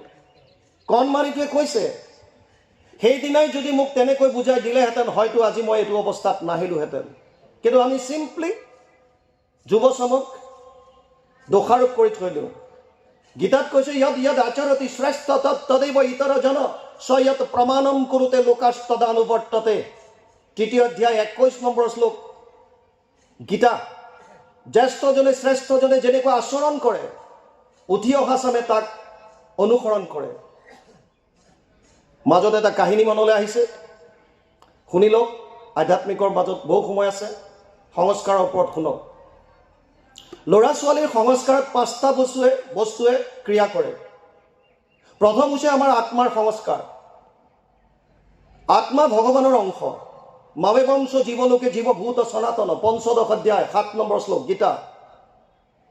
অৰ্জুনক কৈছে, অহম আত্মা দুদাকেশ সৰ্বভূতাশয় স্থিত, অহম আদি চ মধ্যম চ ভূতানাম অন্ত এবচ, 10 অধ্যায় 20 নম্বৰ শ্লোক গীতা। হে অৰ্জুন, ময়ে আত্মা, মই আদিত আছিলোঁ, মধ্যত ময়ে আৰু শেষত ময়ে থাকিম। আত্মা মানে ভগৱান, ভগৱানৰ অংশ। গতিকে ভগৱানৰ যিখিনি কোৱালিটি আছে আমাৰ প্ৰত্যেকৰে আছে। আমি অনুধাৱন কিমান কৰিব পাৰিছোঁ এইটো পিছৰ কথা। আপুনি সাগৰৰ পানী এবটল আনি পেলাই যদি লেবৰেটৰীত টেষ্ট কৰে, তাত যিখিনি প্ৰপাৰ্টিজ পাব সাগৰত গৈ পেলাই চেক কৰিলেও একেই পাব। কিন্তু তাৰ মানে আপুনি যেতিয়া অসুখ হয়, অসুস্থ, যেতিয়া ব্লাড টেষ্ট কৰাবলগীয়া হয়, এতিয়া কাৰোবাক কুঠাৰেৰে ঘাট মাৰি পেলাই গোটেই টেষ্টখিনি উল্টাই দি লৈ যায় নেকি? নিনিয়ে, অকণমান নিয়ে চিৰিঞ্জত, আৰু লেবৰেটৰীত টেষ্ট কৰি পেলাই কৈ দিয়ে তোমাৰ ব্লাডত এইখিনি কমি আছে, এইখিনি কৰিব লাগিব, এইটো বাঢ়িছে, এইটো কমিছে, গোটেই ৰিপৰ্ট অকণমান তেজৰ পৰা গোটেই গম পায়। আমি যিহেতুকে একটা স্ফুলিংগ, এতিয়া ঠাণ্ডা দিন, জুই পুৱাই চাব আপোনালোকে প্ৰেক্টিকেল কৰি, জুইত অকণমানকৈ খুচি দিলে তাৰ পৰা যিবিলাক স্ফুলিংগ ওলায় সেইবিলাকে হৈছোঁ আমি আত্মা। আহিছোঁ ক'ৰ পৰা? সেই অকণমান স্ফুলিংগ যদি তোলা বা কপাহত যদি পৰি যায় তেতিয়াহ'লে কপাহ জ্বলাই দিব, তাৰ পাৱাৰ আছে, কিন্তু আমি অনুধাৱন কৰিব পৰা নাই। প্ৰথম হৈছে আত্মাৰ আদি সংস্কাৰ। 7টা বস্তু আছে। প্ৰথম হৈছে আত্মা সদায় পবিত্ৰ। আত্মাই সদায় পবিত্ৰতা বিচাৰে। আপোনালোকে হয়তো ভাবিব পাৰে, যদি আত্মাই পবিত্ৰতাই বিচাৰে তেতিয়াহ'লে ইমান অপকৰ্ম সমাজত কেনেকৈ হৈছে? চোৰ ডকাইত এখন সমাজত উত্তৰণ কিয় লাগে? যাতে কোনো ধৰণৰ চোৰ ডকাইত ধৰ্ষণ লুণ্ঠন এইবিলাক যাতে একো নহয়, আমি মিলা প্ৰীতিৰে সকলো যাতে একেলগে থাকিব পাৰোঁ, সেইখনেই আমাক লাগে। কিন্তু আমি দেখোঁ যে হৈছে। কাৰণটো কি? অপকৰ্ম কৰিবলৈ যোৱাৰ প্ৰাক মুহূৰ্তত প্ৰত্যেকজন মানুহক অন্তৰাত্মাই এবাৰ হ'লেও সোঁৱৰাই দিয়ে, এইটো কাম নকৰিবি, এইটো ভাল নহয়। কিন্তু আমি নিজক কনভিন্স কৰা, পাৰিবি দে, কোনো দেখা পোৱা নাই নহয়, তই মনে মনেহে কৰিছোঁ। চোৰটোও নিজক কনভিন্স কৰায়, মনৰ পৰা ভাৱ আহে, গম পালেতো মোক পিটন খাব লাগিব। নিজে নিজে আকৌ ভাবে, কনভিন্স কৰাই নিজক, একো নহয় দে, লগত এটা ৰাখি দিম, সি গাৰ্ড কৰিব, মনে মনে মই লৈ আহিম, কোনে গম পাব। আৰু নিজে যেতিয়া কনভিন্স হয় তেতিয়াহে সি অপকৰ্ম কৰে। আত্মাই বাৰে বাৰে পবিত্ৰতা বিচাৰে। আত্মা সদায় পাৱাৰফুল। গীতাত কৈছে, নাহি জ্ঞানেন সদৃশম পবিত্ৰম ইহ বিদ্যতে তাত স্বয়ং যোগ সংসিদ্ধ কালেন আত্মানি বিন্দতি। ৪ৰ্থ অধ্যায় ৩৮ নম্বৰ শ্লোক গীতা। হে অৰ্জুন, জ্ঞানতকৈ পবিত্ৰ বস্তু আন একো নাই। আৰু এই জ্ঞান বহুতো সিদ্ধ পুৰুষে নিজৰ ভিতৰৰ পৰা লৈ ল'লে। বাহ্যিক ইনফৰমেশ্যনৰ দ্বাৰা নহয়, অভ্যন্তৰত সুখী। ইনটিউশ্যন, টিউশ্যন মানে বাহ্যিক, ইনটিউশ্যন মানে অন্তৰ্মুখী, ভিতৰৰ পৰাই লৈ ল'লে। এইটো আত্মাৰ কোৱালিটি, পাৱাৰ, পবিত্ৰতা, পিয়ৰিটি। পবিত্ৰতা আমাৰ বিচাৰিছে। আত্মা হৈছে শক্তি আছে আত্মাৰ। আত্মা নলেজেবল, বহুত জ্ঞানী, কিন্তু আমি ভিতৰলৈ নোসোমাওঁ, অন্তৰ্মুখী নহওঁ। মোৰ কিমান পাৱাৰ আছে মই জানিব নিবিচাৰোঁ। মই বেলেগক চাওঁ, সি অমুক কৰিছে, ময়ো সেইটোকে কৰোঁ, মই তাৰ পিছত দৌৰোঁ। আনন্দ বিচাৰে আত্মাই, আনন্দ। আত্মাই সদায় সততাত থাকিব বিচাৰে, ট্ৰুথফুলনেছ, সত্যতা। আত্মাই প্ৰেম বিচাৰে, ভাল পোৱা। সেইকাৰণে আমাক কোনোবাই যদি ভাল পায় তেতিয়া আমি আনন্দিত হওঁ। কিন্তু আপোনাক যে বেলেগে ভাল পালে আপুনি আনন্দিত হয়, আপুনি বেলেগক ভাল পায়নে নাই? আপুনি যিটো বিচাৰিছে সেইটো আপুনি আনক দিব পাৰিছেনে নাই? তাৰ কাৰণে আধ্যাত্মিকতাৰ উত্তৰণ আমাৰ আটাইতকৈ প্ৰয়োজনীয়। যুৱ সমাজৰ সংস্কাৰৰ প্ৰথমটোৱে হৈছে আত্মাৰ আদি সংস্কাৰ। দ্বিতীয়ত আহিছে পূৰ্ব জন্মৰ পৰা পোৱা সংস্কাৰ। আগৰ জন্মত কি আছিলে? গীতাত যেতিয়া অৰ্জুনে গান্ধীক লৈ পেলাই কুৰুক্ষেত্ৰত যেতিয়া ক'লে মই যুদ্ধ কৰিব নোৱাৰোঁ, মই যুদ্ধ নকৰোঁ, কেনেকৈ মই ভীষ্মৰ লগত যুদ্ধ কৰিম, কেনেকৈ দ্ৰোণৰ লগত যুদ্ধ কৰিম? ভগৱানে কৈছিল, ক্লেব্যম মাস্ম গম পাৰ্থ নৈতত্বয় উপপদ্যতে ক্ষুদ্ৰ হৃদয় দৌৰ্বল্যম ত্যক্তা উত্তিষ্ঠ পৰম তপ। ২য় অধ্যায় ৩ নম্বৰ শ্লোক গীতা। এই অৰ্জুন, তই নপুংসকৰ দৰে নহবি। নপুংসক কিয় ক'লে? কাৰণ কুৰুক্ষেত্ৰৰ যুদ্ধত অহাৰ প্ৰাক মুহূৰ্তত এটা বছৰ অৰ্জুন নপুংসক বৃহন্নলা হিচাপে বিৰাট ৰাজ্যত আছিল। সেইকাৰণে ভাবিছে তোৰ সেইটো প্ৰভাৱ এতিয়াও আছে নেকি? তই এতিয়া যুদ্ধ ক্ষেত্ৰত আছ, তই উত্তৰাৰ মিউজিক টিচাৰ হৈ থকা নাই। আমাৰো পূৰ্বজন্মৰ এটা প্ৰভাৱ পৰে। তৃতীয়টো হৈছে পিতৃ মাতৃৰ পৰা পোৱা সংস্কাৰ। এটা সন্তান জন্ম দিয়াৰ সময়ত পিতৃ মাতৃৰ মানসিকতা কেনেকুৱা, মানসিক স্থিতি কেনেকুৱা?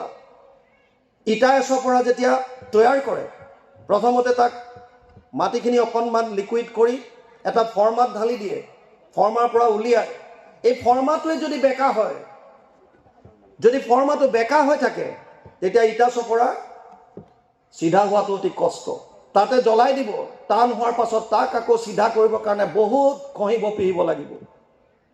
কিন্তু ফৰ্মাতে যদি শুদ্ধ সত্য হয়, জন্ম দিয়াৰ সময়ত পিতৃ মাতৃৰ মানসিকতা আৰু বিশেষভাৱে গৰ্ভত 10 মাহ 10 দিন থাকোঁতে মাতৃগৰাকীৰ খাদ্য অভ্যাস আৰু ভাৱধাৰা কেনেকুৱা আছিল, 5টা জ্ঞানেন্দ্ৰিয়ৰ দ্বাৰা কি তেওঁ জ্ঞান অৰ্জন কৰিছে, ইয়াৰ প্ৰভাৱ এই সন্তানটোৰ ওপৰত পৰিছে, যি আপ্যায়নী নাৰীৰ লগত সংযোগ হৈ আছে। সেইকাৰণে ল'ৰা ছোৱালীক দোষ দিয়াৰ আগতে গোটেইবিলাক কথা চালি জাৰি চাব লাগিব। সৃষ্টিৰ আদিৰ পৰা আহিব লাগিব, পিতৃ মাতৃৰ পৰা পোৱা সংস্কাৰ। চতুৰ্থ হৈছে পৰিৱেশ, ক'ত ডাঙৰ দীঘল হৈছে। আৰু আটাইতকৈ ডাঙৰ হৈছে নিজে গঢ় দিয়া সংস্কাৰ। এহাল দম্পতী আছিল, দম্পতীহালৰ কোনো সন্তান নাছিল। সন্তান নথকাৰ কাৰণে সদায় চিন্তা কৰি থাকে, মোৰ কেনেকৈ এটা সন্তান হ'ব, কেনেকৈ সন্তান হ'ব। সন্তান হ'লেই যে পিতৃ মাতৃ সুখী হ'ব তাৰ কোনো গেৰেণ্টি নাই। সন্তান উগ্ৰসেনৰো আছিল কংস। আমাক যিমানবিলাক কাব্য আছে, শাস্ত্ৰ আছে, এই কাহিনীৰ আকাৰে কি দেখুৱাইছে? একো একোটা প্ৰতীকী, একো একোটা উদাহৰণ। এইটো বস্তু এনেকুৱা হ'ব পাৰে।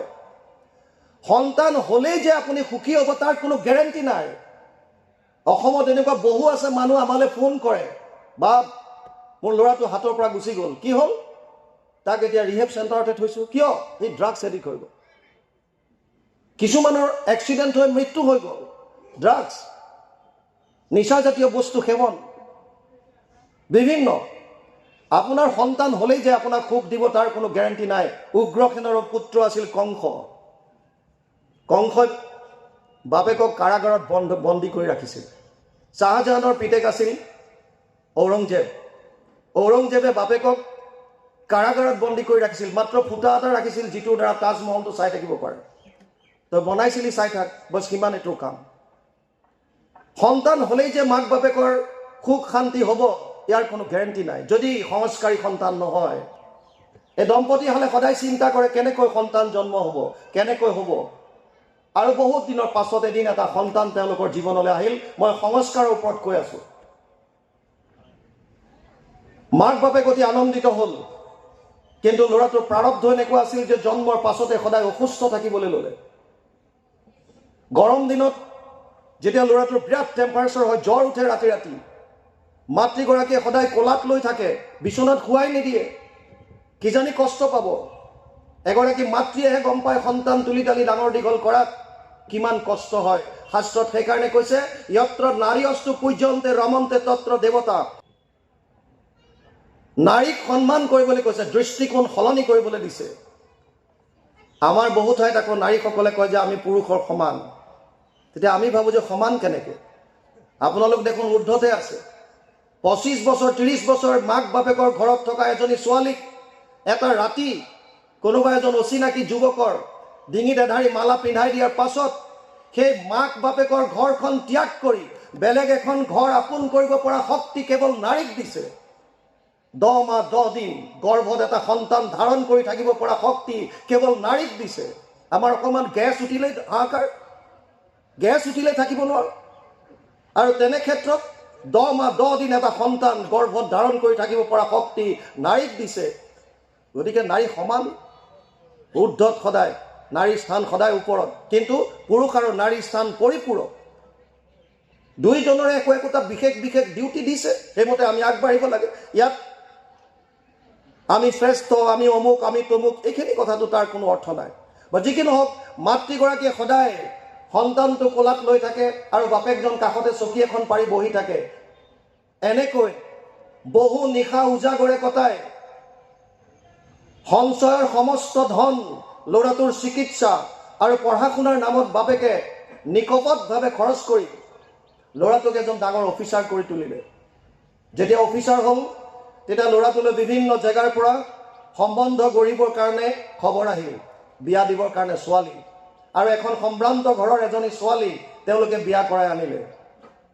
এতিয়া ঘৰত আছে মাক দেউতাক, পিতেক বোৱাৰীয়েক। মই সংস্কাৰৰ ওপৰত কৈ আছোঁ। দিন আগবাঢ়িছে। শাহুৱেকগৰাকীয়ে ভাবিছিল যে ল'ৰাটোৰ ওপৰত সম্পূৰ্ণ অধিকাৰ মোৰ, কাৰণ মই ইয়াক বহু নিশা উজাগৰে ৰাখি পেলাই কিমান কষ্টৰ মাজেৰে ইয়াক তুলি তালি ডাঙৰ দীঘল কৰিছোঁ। আৰু মোৰ মানুহটোৱে ভৱিষ্যতৰ কথা চিন্তা নকৰি গাঁঠিৰ সমস্ত ধন খৰচ কৰি ইয়াক চিকিৎসা কৰাই আজি ইমানটো ডাঙৰ কৰি তুলিছে। গতিকে ইয়াত আৰু বেলেগৰ অধিকাৰ থাকিব নোৱাৰে। কিন্তু যেতিয়া বিয়া কৰাই আনিলে, আমি জানো যে বিবাহিত পত্নীগৰাকী স্বামীৰ অৰ্ধাংগিনী। অৰ্ধাংগিনী হোৱাৰ লগে লগে পত্নীয়ে অধিকাৰ জতাবলৈ আৰম্ভ কৰি দিলে। আৰু পত্নী লৈ আছে। আপোনালোকৰ ইয়াত নিশ্চয় তেনেকুৱা নহয়। আমাৰ ফালে বিয়াৰ প্ৰথম বছৰটো বোৱাৰীসকলক চন্দ্ৰমুখী বুলি কয়। চন্দ্ৰমুখী মানে ওৰণি ডাঙৰকৈ দীঘলকৈ এনেকৈ টানি থোৱা থাকে, ফোট ডাঙৰকৈ লয়, মাত কথা চন্দ্ৰৰ নিচিনা শীতল, খুব ঠাণ্ডা পায়, ভাল। এবছৰ পাৰ হোৱাৰ লগে লগে অকণমান প্ৰমোচন হয়, সূৰ্যমুখীলৈ ৰূপান্তৰ হয়, আৰু লগে লগে ওৰণি খহি আহে, তাপ দিয়া আৰম্ভ কৰে। এবাৰ শাহুৱেকক বোৱাৰীয়েকে ভাত দিলে আৰু ভাতত শিলগুটি এটা পালে। লগে লগে শাহুৱেকো বিচাৰি থাকে কেনেকৈ বোৱাৰীয়েকৰ ভুল ধৰিব পাৰোঁ। চান্সটো পাই গ'ল, গতিকে ভাবিছে চান্স পালোঁ যেতিয়া ডান্স মাৰিয়ে দিওঁ। আৰু লগে লগে বোৱাৰীয়েকক ক'লে, হে বোৱাৰী এফালা, তোক ভগৱানে চকু দুটা দিয়া নাই, তই চাউলকেইটা ভালকৈ বাচিব নোৱাৰিলি, দেখা নাই এইটো শিলগুটি ওলাইছে। আৰু বোৱাৰীয়েক আছিল সূৰ্যমুখী পিৰিয়ডত। বোৱাৰীয়েকে কৈছে, মা ঠিক আছে বাৰু, ভগৱানে মোক দুটা চকু দিলে, মই বাৰু চাউলটো দেখা নাপালোঁ, কিন্তু সেইজন ভগৱানে আপোনাক 32টা দাঁত দিয়া নাই নেকি? সৰু শিলগুটি এটা চোবাই খাব নোৱাৰে? বছ লগে লগে দিলে। তৃতীয় বছৰৰ পৰা বোৱাৰীবিলাক, আপোনালোকৰ ইয়াত তেনেকুৱা নহয়, আমাৰ ফালৰ কথা কৈছোঁ, জ্বালামুখীলৈ ৰূপান্তৰিত হয়। তেতিয়া আপুনি সেইফালে চাবই নোৱাৰে। প্ৰথম বছৰ গিৰিয়েকে কয়, ঘৈণীয়েকে শুনে। দ্বিতীয় বছৰ ঘৈণীয়েকে কয়, গিৰিয়েকে শুনে। আৰু তৃতীয় বছৰৰ পৰা দুয়োটাই কোৱাকুই কৰে, ওচৰ চুবুৰীয়াই শুনে। সেয়া লাগিছে। শাহুৱেকগৰাকীয়ে মানসিকভাৱে ভাগি পৰিল। বোৱাৰীয়েকৰ যিখিনি ব্যৱহাৰ, যি আচৰণ, শাহুৱেকক চিন্তিত কৰি তুলিলে। চাওক, দুটা কথা মনত ৰাখক, চিন্তা আৰু চিতা, ইয়াৰ মাজত বিশেষ পাৰ্থক্য নাই। চিতাত এটা মৰাশ জ্বলাই দিয়া হয়, চিতাত এটা মৰাশ উঠাই পেলাই জ্বলাই দিয়ে। আৰু চিন্তাই জীৱন্ত মানুহক জ্বলাই দিয়ে। যদি কাৰোবাৰ চিন্তা আছে, আজি ইয়াতে আপোনালোকে ত্যাগ কৰি যাওক। যদি পাৰে, তাৰ যদি কিবা সমাধান আছে উলিয়াওক। কিন্তু অহৰহ কিবা এটা বিষয়ত এনিটাইম চিন্তা কৰি থকাটো, তাৰ পৰা আপোনাৰ শাৰীৰিক অসুস্থতা হ'ব। এই শাহুৱেকগৰাকী চিন্তা কৰোঁতে কৰোঁতে কৰোঁতে কৰোঁতে শাৰীৰিকভাৱে অসুস্থ হৈ গ'ল। আৰু এদিন তেওঁ এই ধৰাধাম ত্যাগ কৰি গুচি যাবলগীয়া হ'ল। এতিয়া ঘৰত আছে বাপেক, পিতেক, বোৱাৰীয়েক, আৰু তেওঁলোকৰ এটা সন্তান জন্ম হৈছে। মই সংস্কাৰৰ ওপৰত কৈ আহিছোঁ। কণমানিটো ডাঙৰ হৈ আহি আছে, ককাকজন বুঢ়া হৈ গৈ আছে। বুঢ়া হৈ আহিলে আমাৰ জীৱনলৈ 3টা যমদূত আহে বুলি পাওঁ। বৈজ্ঞানিক দৃষ্টিভংগীৰে 3 ধৰণৰ বেমাৰ, কফ, বাত আৰু পিত্ত। বয়স অহাৰ লগে লগে মানুহৰ কাহ হয়, পেটৰ অসুখ হয়, পিত্ত আৰু জইণ্ট পেইন, তলত বহিব নোৱাৰে, যাওঁ বুলি যাব নোৱাৰে, উঠো বুলি উঠিব নোৱাৰে, জইণ্টবিলাক বিষায়, বাত বিষ বুলি কয়। বুঢ়াজনৰ কফ বেমাৰটোৱে পালে। তেওঁলোকৰ ৰুম দুটা ওচৰা ওচৰি আছিল। আগতে মাক বাপেক আছিল কাষত, তাৰ কাষৰ ৰুমটোত পিতেক বোৱাৰীয়েক আছিল। মাক ঢুকোৱাৰ পাছত বুঢ়াজন অকলে থাকে, পিতেক বোৱাৰীয়েক কাষত থাকে, লগত সন্তানটো। বুঢ়াজনে সদায় ৰাতি ৰাতি কাহি থাকে। এদিন বোৱাৰীয়েকে গিৰিয়েকক ক'লে, শুনা, আমি দুইজন চাকৰিয়াল, অফিচত থাকোঁ, দিনটো টেনশ্যন, অফিচৰ টেনশ্যনৰ পৰা আহি ৰাতি ভালকৈ শুব নোৱাৰোঁ। আৰু তোমাৰ দেউতাই এই কাষতে কুহুৰ কুহুৰ মাৰি থাকে, টোপনি ক্ষতি। তুমি এটা কাম কৰা, তোমাৰ দেউতাৰক ইয়াৰ পৰা আঁতৰ কৰা। আৰু সেইজন ল'ৰাই, যিজন ল'ৰা অসুস্থ হৈ থাকোঁতে মাক বাপেকে নিজৰ শৰীৰৰ কথা চিন্তা নকৰি বহু নিশা উজাগৰে কটাইছিল, সেইজন ল'ৰাই পাছদিনা বাপেকক কৈছে, দেউতা, তই ৰাতিটো কাহি থাক, তোৰ কাৰণে বোৱাৰীৰ টোপনি ক্ষতি হয়, গতিকে মই ভাবিছোঁ আমাৰ ঘৰটোৰ আগফালে বাৰান্দাত যিটো সৰু ৰুম এটা আছে, কাম কৰা মানুহ দুনুহ আহিলে থাকিব পৰা, তই তালৈ চিফ্ট কৰ। আৰু বাপেকে ক'লে, বোপাই, তই ঠিকেই ভাবিছ। আপোনাৰ জীৱনত যদি কিবা ব্যথা আছে, কিবা দুখ আছে, মানুহৰ লগত শ্বেয়াৰ কৰি লাভ নাই, কাৰণ আপুনি উঠি যাবলৈ নাপাব। তেওঁলোকে আপোনাক নিন্দা কৰিব। এইগৰাকী দেখিছ, কালি পিতেকে গালি পাৰিলে, মোৰ ওচৰত আহি কান্দি আছিল। আপুনি যিটো উৎসাহেৰে তেওঁৰ ওচৰত প্ৰকাশ কৰিছে, সেইটো চিম্পেথি আপোনাৰ প্ৰতি নাথাকে। যদি কিবা মনৰ ব্যথা আছে, যদি দুখ আছে, প্ৰকাশ কৰিবৰ কাৰণে মাত্ৰ দুজন আমাক দেখুৱাই দিছে। আপুনি গুৰুগৃহত সোমাওক আৰু ভগৱানক নিকপটভাৱে স্বীকাৰ কৰক, আৰু গুৰুৰ ওচৰত সেৱা কৰি গুৰুক প্ৰাণ খুলি কথা পাতক, সমস্তখিনি কওক, তাতে আপুনি পৰম সমাধান পাব। বাকী একো লাভ নাই। বুঢ়াজন আগফালে গ'ল, দিন আগবাঢ়িছে, বুঢ়াজন আৰু বুঢ়া হৈ আহি আছে, নাৰ্ভৰ প্ৰব্লেম আহিল, হাত কঁপিবলৈ ধৰিলে। তেতিয়ালৈকে ভিতৰত আহে, খোৱাৰ সময়ত ডাইনিঙত একেলগে বহে, কিন্তু লাহে লাহে খাওঁতে তেওঁৰ মুখৰ ভাত কাপোৰে কানিয়ে পৰিবলৈ আৰম্ভ কৰিলে, চোলা লেতেৰা হয়, বোৱাৰীয়েকৰ ঘিণ লাগে। আৰু এদিন পুনৰ ক'লে গিৰিয়েকক, হেৰা, এই মানুহটোৰ লগত আৰু মই খাব নোৱাৰোঁ, দেখিছানে কিমান লেতেৰা, তুমি এটা কাম কৰা, এই য'ত আছে তাতে আমি দি দিম কিবা এমুঠি খাবলৈ, তাতে থাকিবলৈ কোৱা, ভিতৰলৈ যাতে নাহে। আৰু সেইজন ল'ৰাই, যিজন ল'ৰা অসুস্থ হৈ থাকোঁতে মাক বাপেকে উৰে নিশা উজাগৰে কটাইছিল, সেইজন ল'ৰাই বাপেকক কৈছে, দেউতা, তই খাওঁতে তোৰ চোলা কাপোৰে কানিয়ে গোটেই ভাত পৰে, গতিকে বোৱাৰীয়েৰে লাজ কৰে, ঘিণ কৰে, তই আজিৰ পৰা তোৰ ৰুমটোতে থাকিবি, তালৈকে আমি তোক খোৱাৰ বস্তুখিনি দিম। বাপেকে ক'লে, হ'ব, মই তাতে সন্তুষ্ট। দিন আগবাঢ়িছে, ল'ৰাটো ডাঙৰ হৈ আহি আছে। মই সংস্কাৰৰ ওপৰত কৈ আছোঁ। ল'ৰাটো 5 বছৰ হ'ল, মাক বাপেক সম্ভ্ৰান্ত পৰিয়ালৰ, উচ্চ শিক্ষিত, ডাঙৰ চাকৰি। সেইবিলাকে এতিয়া জন্মদিন নাপাতে, বাৰ্থডে পাৰ্টি।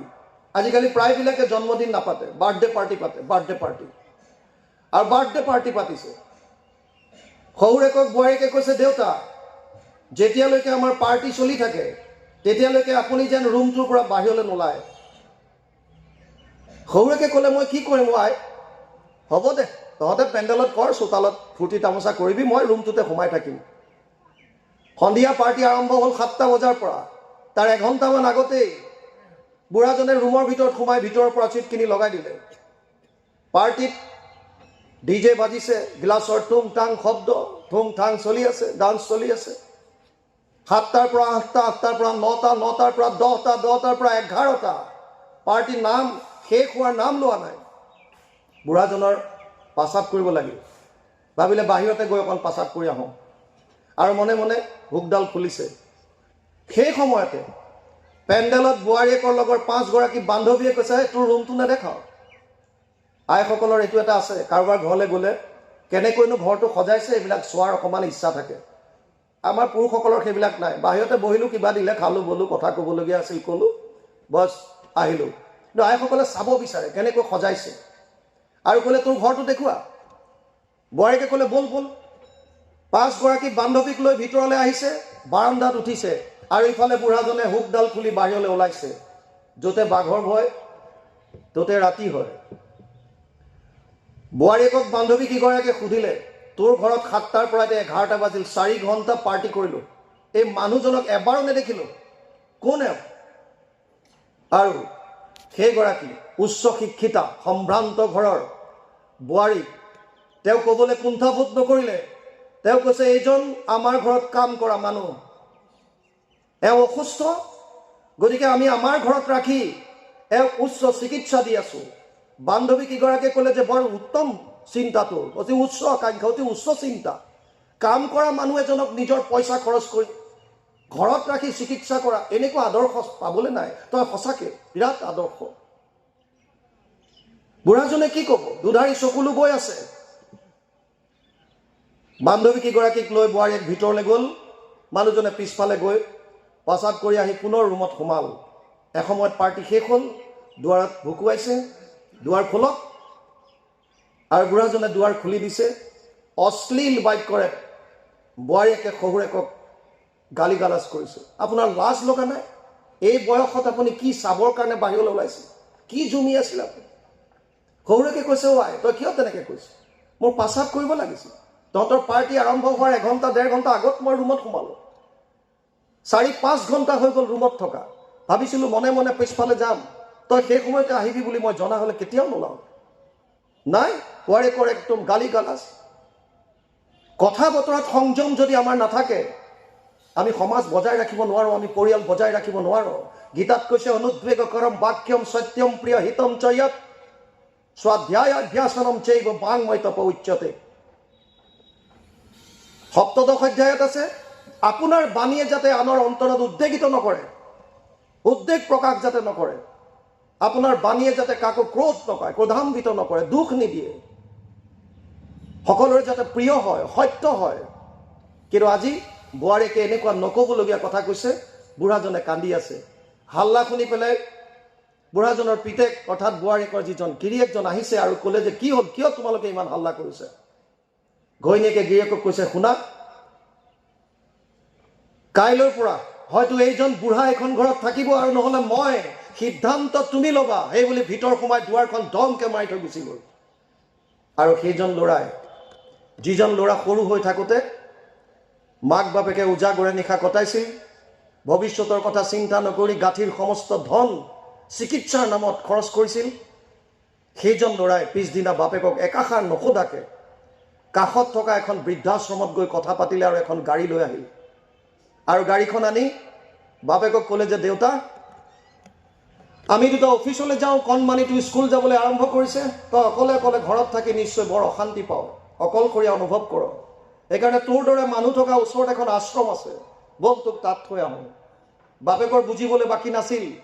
আজি মোৰ ল'ৰাই যিটো ল'ৰা পাবৰ কাৰণে বিভিন্ন কাকুতি মিনতি কৰিছিলোঁ, সেইটো সন্তানে আজি মোক বৃদ্ধ আশ্ৰমৰ বাট দেখুৱাব বিচাৰিছে, বৃদ্ধ আশ্ৰমলৈ লৈ যাব বিচাৰিছে। তথাপিও মনক সংযম কৰি কৈছে, অ' পাই তই ঠিক কথাই ভাবিছ, সঁচাকৈ মই ঘৰখনত বৰ অকলশৰীয়া অনুভৱ কৰোঁ, ব'ল মোক লৈ গ'ল। আজি ল'ৰা আগত গৈছে, বাপেক পিছত।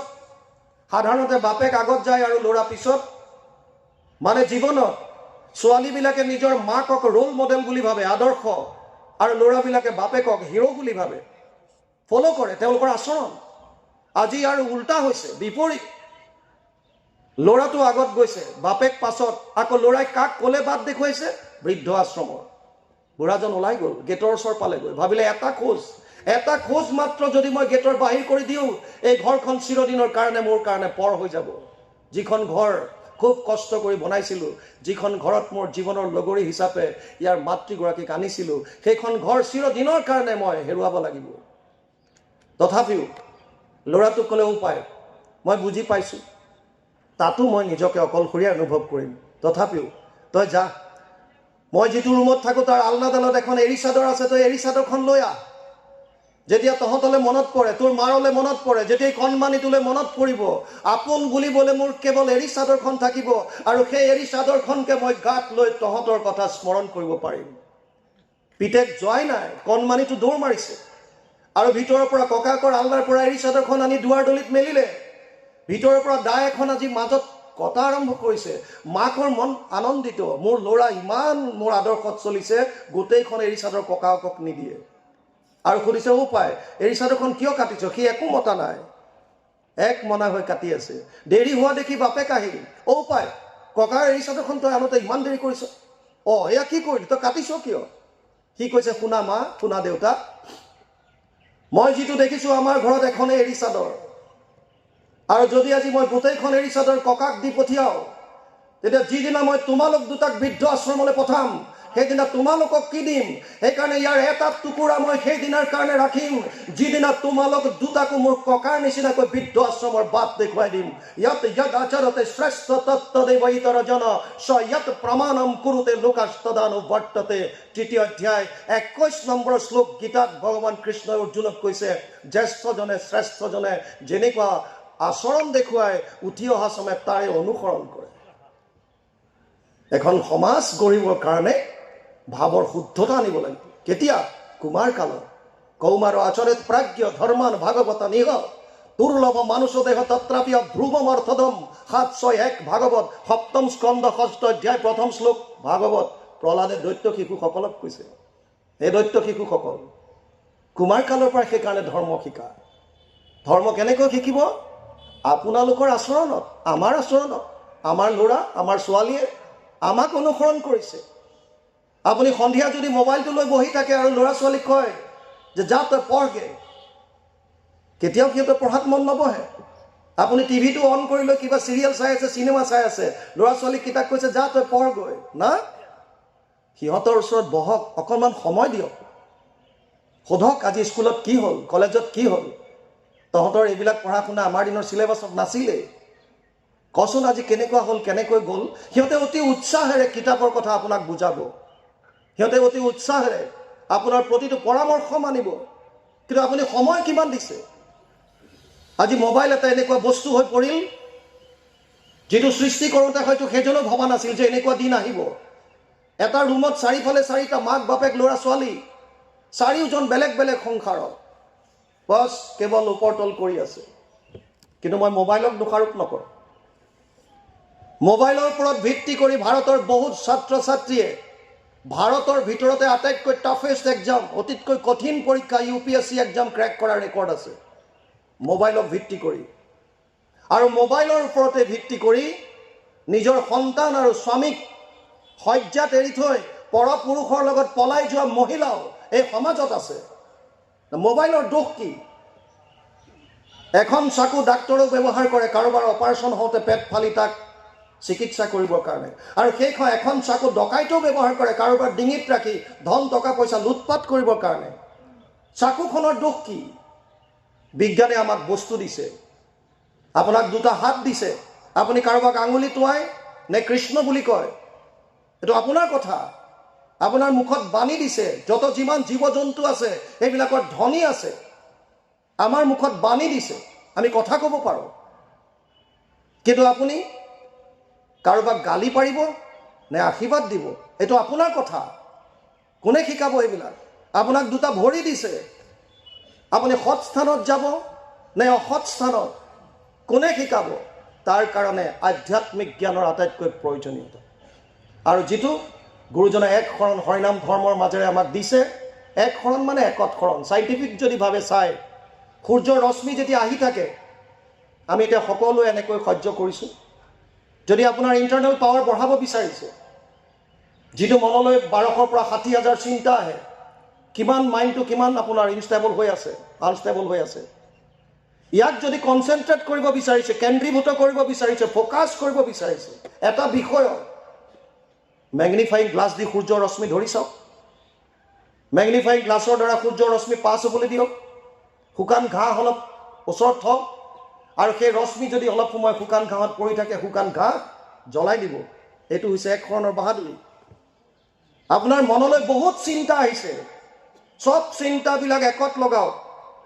এইজনেই মোৰ কাৰণে শক্তি, বছ। আৰু ইণ্টাৰেষ্টিং কথা, সময় হৈ গ'ল নেকি? কিছুমান নহয়, 2:30 বাজিলে। মানে চাওক, ৰাইজে কি কয়? নহয়, বহুত আমাৰ বিশিষ্ট ব্যক্তি আছে, তেওঁলোকো নিজৰ নিজৰ ভাষণ ৰাখিব। গতিকে ভাবিব যে এইজন ফৌজী মানুহ, আপোনালোকে জানে মই SSBত আছিলোঁ এছিষ্টেণ্ট কমাণ্ডেণ্ট হিচাপে, বেলেগ ফৌজীয়ে মাইক পাই নেৰাই হ'ল বুলি ক'ব পাৰে। সেইকাৰণে সুধিছোঁ। আৰু এনেও এটা ঘটনা, এটা বৈঠকত শুনি পেলাই গ্ৰহণ কৰিব পৰা যিটো মানুহৰ ব্ৰেইনৰ যিটো কেপাচিটি, এইটো কেৱল 45 মিনিট। সেইকাৰণে স্কুল কলেজৰ পিৰিয়ডবিলাক 45 মিনিটৰ হয়। আৰু দীঘলীয়া কৰিলে ভয় লাগে। মাজতে আমাৰ তাত 90 বছৰীয়া বুঢ়ী মানুহ এজনী কোৰ্টত গৈছিল ডিভোৰ্চ বিচাৰি। জাজে প্ৰথমে সুধিছে, আইতা কিমান বয়স হ'ল আপোনাৰ?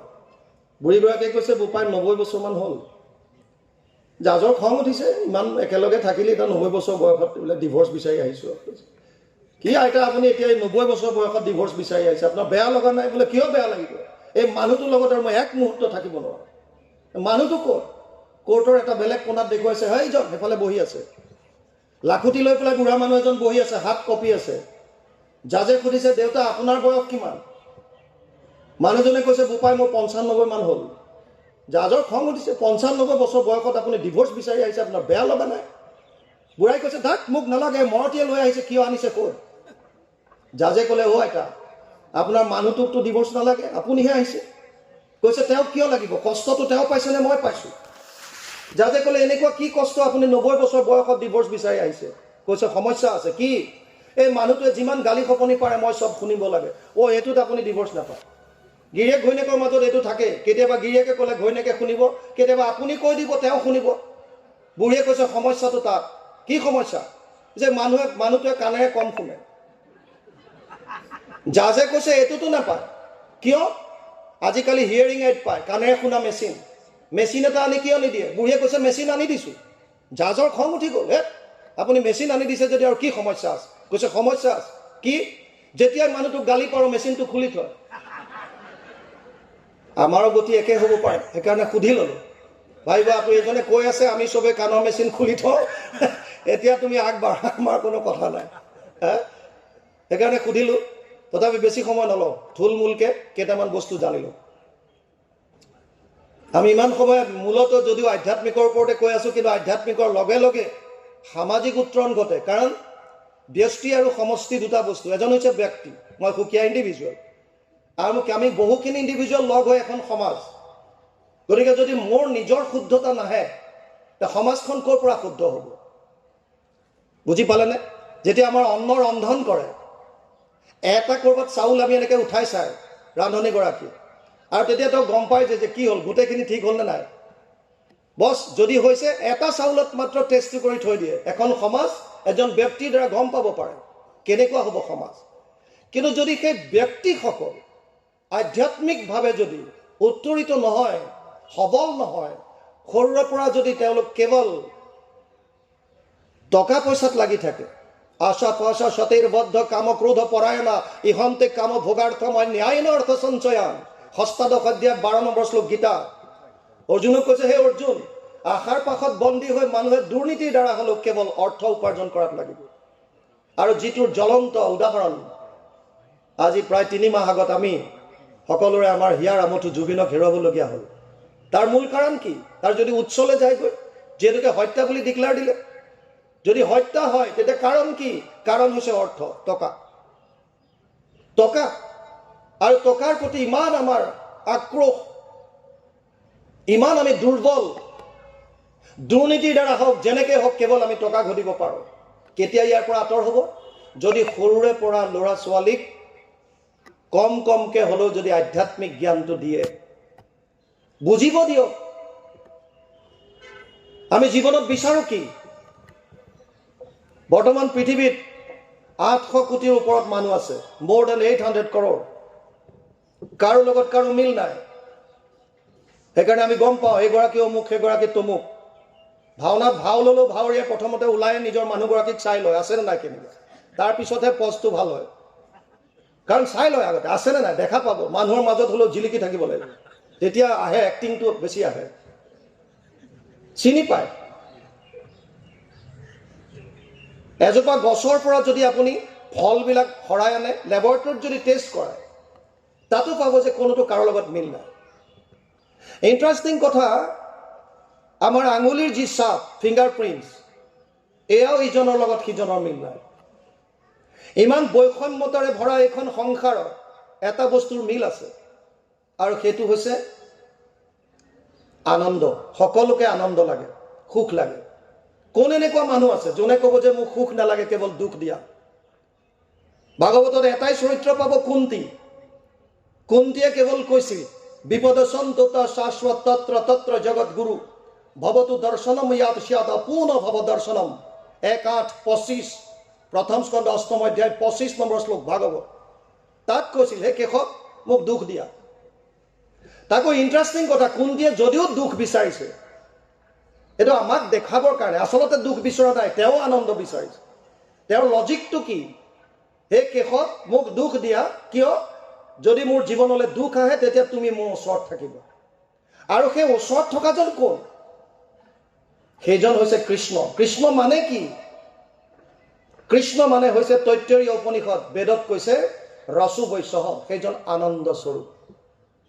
কৃষ্ণ শব্দৰ অৰ্থ উদ্যোগত লিখিছে মহাভাৰতৰ, কৃষি ভূবাচক শব্দ নচ নিবৃত্তি বাচক দ্বৈউ ৰেখাত পৰম ব্ৰহ্ম কৃষ্ণ ইতি অভিধীয়তে। কৃষ্ণ মানে আনন্দ। সেইকাৰণে আমি নাম গাওঁ, সহজানন্দ, স্বৰূপানন্দ, হৃদয়ানন্দ, পৰমানন্দ। ভগৱানৰ নাম সচ্চিদানন্দ, চিদানন্দ, সদানন্দ, দয়ানন্দ, নিত্যানন্দ, কেৱল আনন্দ কৃষ্ণ। আৰু আমাক সকলোকে কি লাগে? আনন্দ। এতিয়া আপোনালোকে এবাৰ চাওক, গুৰুজনাই কৈছিল একত শৰণ, ক'ত? কৃষ্ণৰ চৰণত। কিয়? কাৰণ আমি আনন্দ বিচাৰিছোঁ। আনন্দ মানে হৈছে কৃষ্ণ। যদি আপুনি সঁচাকৈ আনন্দ বিচাৰিছে, তেতিয়াহ'লে কৃষ্ণৰ ওচৰত নাচাপিলে আপুনি কোনোদিন নাপায়। আপুনি হস্পিটেলত গৈছে, ডাক্তৰৰ ওচৰত গৈছে, ডাক্তৰে আপোনাক চেক আপ কৰি পেলাই এখন প্ৰেছক্ৰিপশ্যন দিলে, মেডিচিনখিনি লৈ যাব। আপোনাৰ আকৌ ফাৰ্মাচীৰ লগত একদম অহিনকুল সম্পৰ্ক, কোনোদিন আপুনি ফাৰ্মাচী ভাল নাপায়, মেডিকেল ষ্ট'ৰত নাযায়, দেখিবই নোৱাৰে। এতিয়া আপুনি কৈছে যে মই হোটেলত যাম আৰু গৈ পেলাই মই মেডিচিন বিচাৰিম, মই কাপোৰৰ দোকানত যাম, মই হাৰ্ডৱেৰ শ্বপত যাম, মই মলত যাম, কিন্তু মই ফাৰ্মাচীত নাযাওঁ। পাবনে কেতিয়াবা? আমাৰো গতি একেই। যদি আনন্দ বিচাৰিছে, পুত্ৰ পত্নী, ধন টকা পইচা, ঘৰ দুৱাৰ, যিমানে আপুনি য'ত বিচাৰিছে বা আমি য'ত আনন্দ বিচাৰিছোঁ, এইবিলাক হৈছে অস্থায়ী, টেম্পৰাৰী। অস্থায়ী বস্তু এটাই আপোনাক স্থায়ী সুখ কেনেকৈ দিব? মই আজি পত্নীৰ মাজত আনন্দ বিচাৰিছোঁ, পত্নীয়ে উল্টাই মোৰ পৰা বিচাৰিছে। মই মোৰ পুত্ৰৰ মাজত আনন্দ বিচাৰিছোঁ, পুত্ৰাই হয়তো বেলেগ এটা কোনোবা এগৰাকীৰ মাজত বিচাৰিছে। মই ছোৱালীৰ মাজত আনন্দ বিচাৰিছোঁ, ছোৱালীয়ে হয়তো বেলেগ এজনৰ মাজত আনন্দ বিচাৰিছে। আৰু যদিও দিয়েও কিমান দিনৰ কাৰণে? এটা সৰু ল'ৰা ছোৱালীক, সৰু সন্তান এটা, আপুনি এফালে 5 টকীয়া চকলেট, 10 টকীয়া চকলেট ৰাখি এফালে 500 টকীয়া নোট এখন দেখাওক, তাৰ আনন্দ ক'ত? সি 500 টকীয়া নোট ল'ব নেকি? কেতিয়াও নলয়। সি চকলেটটো ল'ব, তাৰ আনন্দ তাত। কিমান দিনলৈ? যেতিয়ালৈকে পইচাৰ মূলটো বুজি নাপায়। যেতিয়া যিদিনা সি পইচাৰ মূল্য বুজি পাব, সেইদিনা সি চকলেট নহয় 500 টকাটোৰ প্ৰতি আকৃষ্ট হ'ব। তাৰ মানে এই বস্তুবিলাক আমাৰ ক্ৰমাগতভাৱে চেঞ্জ হৈ থাকে। যুৱ অৱস্থাত কোনোবা এজন ল'ৰা এজনী ছোৱালীক কয় যে আমি জনম জনমৰ লগৰী হ'ম, ঘৰৰ পৰা অমতত পলাই গ'ল, 6 মাহৰ ভিতৰত কোৰ্টত 2টা থিয়, কি লাগে? ডিভোৰ্চ লাগে। কিয়? এইগৰাকীটো তই জন্মান্তৰৰ লগৰী বুলি কৈছিল, এওঁৰ মাজতে গোটেই সংসাৰ দেখা পাইছিলি, কি হ'ল সবজ এই 6 মাহৰ পিছত? এইবিলাক অস্থায়ী। আমাক যিটো লাগে সনাতন নিত্য সদায় লাগে যিটো, তাৰ কাৰণে কেৱল আৰু কেৱল কৃষ্ণমুখী হ'ব লাগিব। যদি আনন্দ বিচাৰিছে তেতিয়াহ'লে কৃষ্ণৰ কাষ চাপিব লাগিব। আৰু সেইকাৰণে গুৰুজনাই এনেই দিয়া নাই এখন হৰিনাম ধৰ্ম। আজি 2 বছৰ আগত আমাক গুজৰাটলৈ নিমন্ত্ৰণ দিছিল নিৰ্দিষ্ট বক্তা হিচাপে। তাত যিমানখিনি প্ৰবাসী আছে তেওঁলোকে আমাৰ গুৰুজনাৰ জন্মোৎসৱ ভাগ পাতিছিল আৰু আমাক অসমৰ পৰা নিৰ্দিষ্ট বক্তা হিচাপে নিমন্ত্ৰণ দিছিল। 2023 আমি গৈছিলোঁ তাত। আৰু আমি আমাৰ ভাষণত এটা কথা ৰাখিছিলোঁ যে যিকোনো বস্তুৰ প্ৰমাণ লাগে। আজি বহুত ছ'চিয়েল মিডিয়াত চৰ্চা হয়, শ্ৰীমন্ত শংকৰদেৱে ক'লে বুলি আমি ল'ম নেকি? এক শৰণ বুলি ক'লে আমি এক শৰণীয়া হৈ যাম নেকি? তাৰ লজিক ক'ত? যুক্তি ক'ত? যুক্তি আছে। আমাৰ ধৰ্মটো সনাতন ধৰ্ম। সনাতন ধৰ্মত 2টা ভাগ আছে, এটা হৈছে আস্তিক, এটা হৈছে নাস্তিক। আমাৰ যি দৰ্শন, যিসকল নাস্তিক তেওঁলোকে আমাৰ শাস্ত্ৰবিলাক বিশ্বাস নকৰে, আৰু যিবিলাক আস্তিক তেওঁলোকৰ কাৰণে আমাৰ দৰ্শন আছে। আৰু ভাৰতীয় দৰ্শনে কৈছে যিকোনো প্ৰমাণৰ কাৰণে, যিকোনো কথা প্ৰমাণিত কৰিবৰ কাৰণে 4 ধৰণৰ প্ৰমাণৰ প্ৰয়োজন হয়। প্ৰথম, প্ৰত্যক্ষ প্ৰমাণ। প্ৰত্যক্ষ মানে মোৰ জ্ঞানেন্দ্ৰিয়ৰ দ্বাৰা মই নিজে দেখিছোঁ, মই নিজে উপলব্ধি কৰিছোঁ, মই দেখিছোঁ, মই শুনিছোঁ, মই চুই চাইছোঁ, মই শুঙি চাইছোঁ, মই সোৱাদ লৈ চাইছোঁ। 5টা জ্ঞানেন্দ্ৰিয়, শ্ৰোত্ৰ, নেত্ৰ, জিহ্বা, ঘ্ৰাণ আৰু চৰ্ম। প্ৰত্যক্ষ প্ৰমাণ। কিছুমান আছে অনুমান প্ৰমাণ। আপোনাৰ গাঁৱৰ কোনোবাই ঘৰৰ গেটত এখন 108 আহি ৰৈ গ'ল, আপুনি কি অনুমান কৰিব? সিহঁতৰ ঘৰত কাৰোবাৰ অসুখ হৈছে, 108 আহিছে, এইটো অনুমান। আপোনাৰ সত্য নহ'ব পাৰে। উপমান, উদাহৰণ দি বুজায়। তই কুঁহিয়াৰ খাই পাইছ? নাই পোৱা। কেনেকুৱা কুঁহিয়াৰ? মিঠা। মিঠা মানে কেনেকুৱা? গুড়ৰ নিচিনা, চেনিৰ নিচিনা। গুড় বা চেনি খালে কুঁহিয়াৰ খোৱাটো নুবুজায়, মাত্ৰ এটা উদাহৰণ দিছে। তই নীল গাই দেখিছ? নাই দেখা। কেনেকুৱা? আমাৰ গাইবিলাকৰ নিচিনা। এইবিলাকো একো একোটা প্ৰমাণ, ইয়াৰ লগতো আমি যাব পাৰোঁ। কিন্তু প্ৰত্যক্ষ প্ৰমাণো মিছা হ'ব পাৰে। কুৰুক্ষেত্ৰৰ যুদ্ধত দ্ৰোণাচাৰ্যই শুনিছিল অশ্বত্থমা হত। কোৱাজন কোন? ধৰ্মৰাজ যুধিষ্ঠিৰ। মিছা কেতিয়াও নকয়। কৈছে অশ্বত্থমা হত, লগে লগে ধনুষৰ পেলাই দিলে। পুত্ৰ যেতিয়া মৰি গ'ল, মই জীয়াই থাকি কি কৰিম? কিন্তু আচলতে এইটো সত্য হয় জানো? নহয়, পাৰ্চিয়েল ট্ৰুথ। যুধিষ্ঠিৰে কৈছিল অশ্বত্থমা হত ইতি গজ। ইতি গজ কোৱাৰ লগে লগে ভগৱান কৃষ্ণই এনেকুৱাকৈ ৰেডি কৰি ৰাখিছে মানুহক, পিছৰখিনি কোৱাৰ লগে লগে ঢাক ঢোল মৃদংগ চব বজাই দিলে, পিছৰখিনি শুনা নাই। প্ৰত্যক্ষভাৱে শুনিছে কি? অশ্বত্থমা হত। এইটো শুনিছে, এইটো সত্য। প্ৰত্যক্ষভাৱে শুনাৰ পাছতো এইটো কথা সত্য নহয়, অশ্বত্থমা মানে দ্ৰোণাচাৰ্যৰ পুত্ৰৰ মৃত্যু হোৱা নাছিল। কেতিয়াবা কেতিয়াবা প্ৰত্যক্ষ প্ৰমাণ মিছা হ'ব পাৰে, অনুমান প্ৰমাণো মিছা হ'ব পাৰে। কাৰোবাৰ ঘৰৰ ওচৰত 108 ৰোল মানিয়ে তেওঁলোকৰ ঘৰত অসুস্থ নহ'বও পাৰে। হ'ব পাৰে যে সেই ড্ৰাইভাৰজন সিহঁতৰ ঘৰৰ ল'ৰাটোৰ বন্ধু, গাঁৱত ক'ৰবাত পেচেণ্ট নমাই থৈ আহি পেলাই তাক লগ কৰি যাওঁ বুলি আহিছে। হ'ব পাৰে, একো ডাঙৰ কথা নহয়। উপমান প্ৰমাণো আপোনাৰ সত্য নহ'ব পাৰে। তেতিয়া এটাই আমাক ভাৰতীয় দৰ্শনে দিছে, সেইটো হৈছে শব্দ প্ৰমাণ, যাক কৈছে শাস্ত্ৰৰ প্ৰমাণ। গুৰুজনাৰ ধৰ্ম কিমান প্ৰামাণিক আমি তাৰ ওপৰত কৈ আছোঁ। শাস্ত্ৰ প্ৰমাণ। কিন্তু শাস্ত্ৰ বুলি ক'লেতো অসংখ্য আছে। শৌনকে ভাগৱতৰ প্ৰথমতে কৈছে ভুৰিনি ভুৰি কৰ্মাণি শ্ৰোতব্যানি বিভাগশ অত সাধু অত্ৰ যত সাৰম সমুদ্ৰিত্য মনীষয়া মাম ব্ৰুহি শ্ৰদ্ধানানাম যেন আত্মা সম্প্ৰসিদ্ধতি 1:11 ভাগৱত। শাস্ত্ৰ বহুত আছে আৰু বহুত শাস্ত্ৰত বহুত মত আছে, কোনটো মানিম কোনটো কি কৰিম। সেইকাৰণে হে সুতমুনি, তুমি সমস্ত শাস্ত্ৰৰ সাৰমৰ্মটো উদ্ধাৰ কৰি আমাক কোৱা, যাতে আত্মাই পৰম আনন্দ লাভ কৰিব পাৰে। শাস্ত্ৰ বহুত আছে। সেইকাৰণে দৰ্শনে আমাক দিলে যে 3টা প্ৰস্থান। যদি প্ৰমাণ কৰিব লাগে শব্দৰ ফালৰ পৰা, শাস্ত্ৰৰ ফালৰ পৰা, তেতিয়াহ'লে যদি আস্তিক হয়, ভাৰতীয় দৰ্শন যদি মানে, তেতিয়াহ'লে তেওঁলোকে 3টা প্ৰস্থান মানিব লাগিব। প্ৰথম হৈছে শ্ৰুতি প্ৰস্থান। শ্ৰুতি কাক কয়? বেদক। বেদ কোনো লিখা নাই, কোনো সৃষ্টি কৰা নাই। জগত সংহৰি সুতি আছে নাৰায়ণ, প্ৰথম নিশ্বাসে বাজ বইলা বেদগণ। বেদস্তুতিত গুৰুজনাই কীৰ্তনত লিখিছে। এই বেদ মানে জ্ঞান, ইয়াক বিস্তাৰ কৰিছে কোনে? কৃষ্ণ দ্বৈপায়ন ভাদ্ৰায়ণে। কৃষ্ণ দ্বৈপায়ন ভাদ্ৰায়ণে বেদৰ বিস্তাৰ কৰাৰ কাৰণে তেওঁৰ আন এটা নাম হ'ল বেদব্যাস। ব্যাসে বিস্তাৰ কৰিছে, 4খন বেদ কৰিলে। ঋক সাম যজুৰ অথৰ্বৈক্য চতুৰ্বেদ ঊৰ্ধ্বতে ভাৰত পুৰাণম চ পঞ্চম বেদ উচ্যতে। 1:4:20 প্ৰথম স্কন্ধ 4ৰ্থ অধ্যায় 20 নম্বৰ শ্লোক ভাগৱত। তাত কৈছে ঋক বেদ, সামবেদ, যজুৰ্বেদ, অথৰ্ববেদ, 4খন বেদ। বেদৰ সাৰ মৰ্মখিনি আছে বেদান্ত। বেদৰ 4টা ভাগ। প্ৰথমত মন্ত্ৰখিনি আছে, তাক সংহিতা বুলি কয়। তাৰপিছত বিধিবিলাক আছে, তাক ব্ৰাহ্মণ্য বুলি কয়। তাৰ পিছৰ অংশটোক আৰণ্যক বুলি কয়, আৰু শেষৰ পাৰ্টটোক বেদান্ত বুলি কয়। বেদান্ত উপনিষদবিলাকক বুজায়। শ্ৰুতি প্ৰস্থানত বেদান্তক ৰাখিছে। বেদৰ যি সাৰ মৰ্ম, আত্মা পৰমাত্মাক যদি ভালকে জানিব পাৰি বিচাৰিছে, বুজিব বিচাৰিছে, তেতিয়া বেদান্তৰ অধ্যয়ন কৰিব লাগিব। উপনিষদ যদিও হাজাৰ হাজাৰ উপনিষদ আছে, তাৰ ভিতৰত 11খন প্ৰমুখ বেদান্ত। সেইকাৰণে শ্ৰুতি প্ৰস্থানত কৈছে যদি বেদান্তত কিবা আছে তেতিয়াহ'লে সি মানিব লাগিব, প্ৰামাণিক হ'ব। দ্বিতীয় আহিছে স্মৃতি প্ৰস্থান। শ্ৰুতিৰ মন্ত্ৰবিলাক ইমান কঠিন, সাধাৰণ মানুহে বুজি নাপাইছিল। সেইকাৰণে ব্যাসদেৱে আন এখন গ্ৰন্থ ৰচনা কৰিলে, মহাভাৰত। মহাভাৰত তেওঁলোকৰ স্মৰণ শক্তিৰ দ্বাৰা এই বেদান্তৰ বস্তুবিলাক সুন্দৰভাৱে মানুহে যাতে বুজি পায়, কাহিনী আকাৰে সুন্দৰভাৱে বুজাবলৈ চেষ্টা কৰিলে। আৰু এই মহাভাৰতৰ ভীষ্ম পৰ্বৰ 25ৰ পৰা 42 অধ্যায়লৈ এই 18টা অধ্যায় 700 শ্লোক, ইয়াক সুকীয়াকৈ উলিয়াই আনি নাম দিলে শ্ৰীমদ ভগৱত গীতা। গতিকে স্মৃতি প্ৰস্থানত গীতাক ৰাখিলে। যদি গীতাত কিবা কৈছে তেতিয়াহ'লে ই প্ৰামাণিক হ'ব। চাব গুৰুজনাৰ ধৰ্ম, এক শৰণ হৰিনাম ধৰ্ম কিমান প্ৰামাণিক, ভাৰতীয় দৰ্শনে কেনেকৈ প্ৰমাণ কৰিছে চাব। আৰু তৃতীয় হৈছে ন্যায় প্ৰস্থান। বেদত বা উপনিষদ আমি অধ্যয়ন কৰিলে পাওঁ, কেতিয়াবা অগ্নিক আত্মা বুলি কৈ দিলে, কেতিয়াবা বৰুণক কৈ দিলে, কেতিয়াবা ইন্দ্ৰক কৈ দিলে। কি কাৰণত, কেনেকৈ ব্ৰহ্ম কাৰোবাক সজাইছে, কি কৰিছে, ইয়াৰ তত্ত্ববিলাক বুজিবৰ কাৰণে 555টা সূত্ৰৰে ব্যাসদেৱে আন এখন গ্ৰন্থ ৰচনা কৰিলে, নাম দিলে ব্ৰহ্মসূত্ৰ।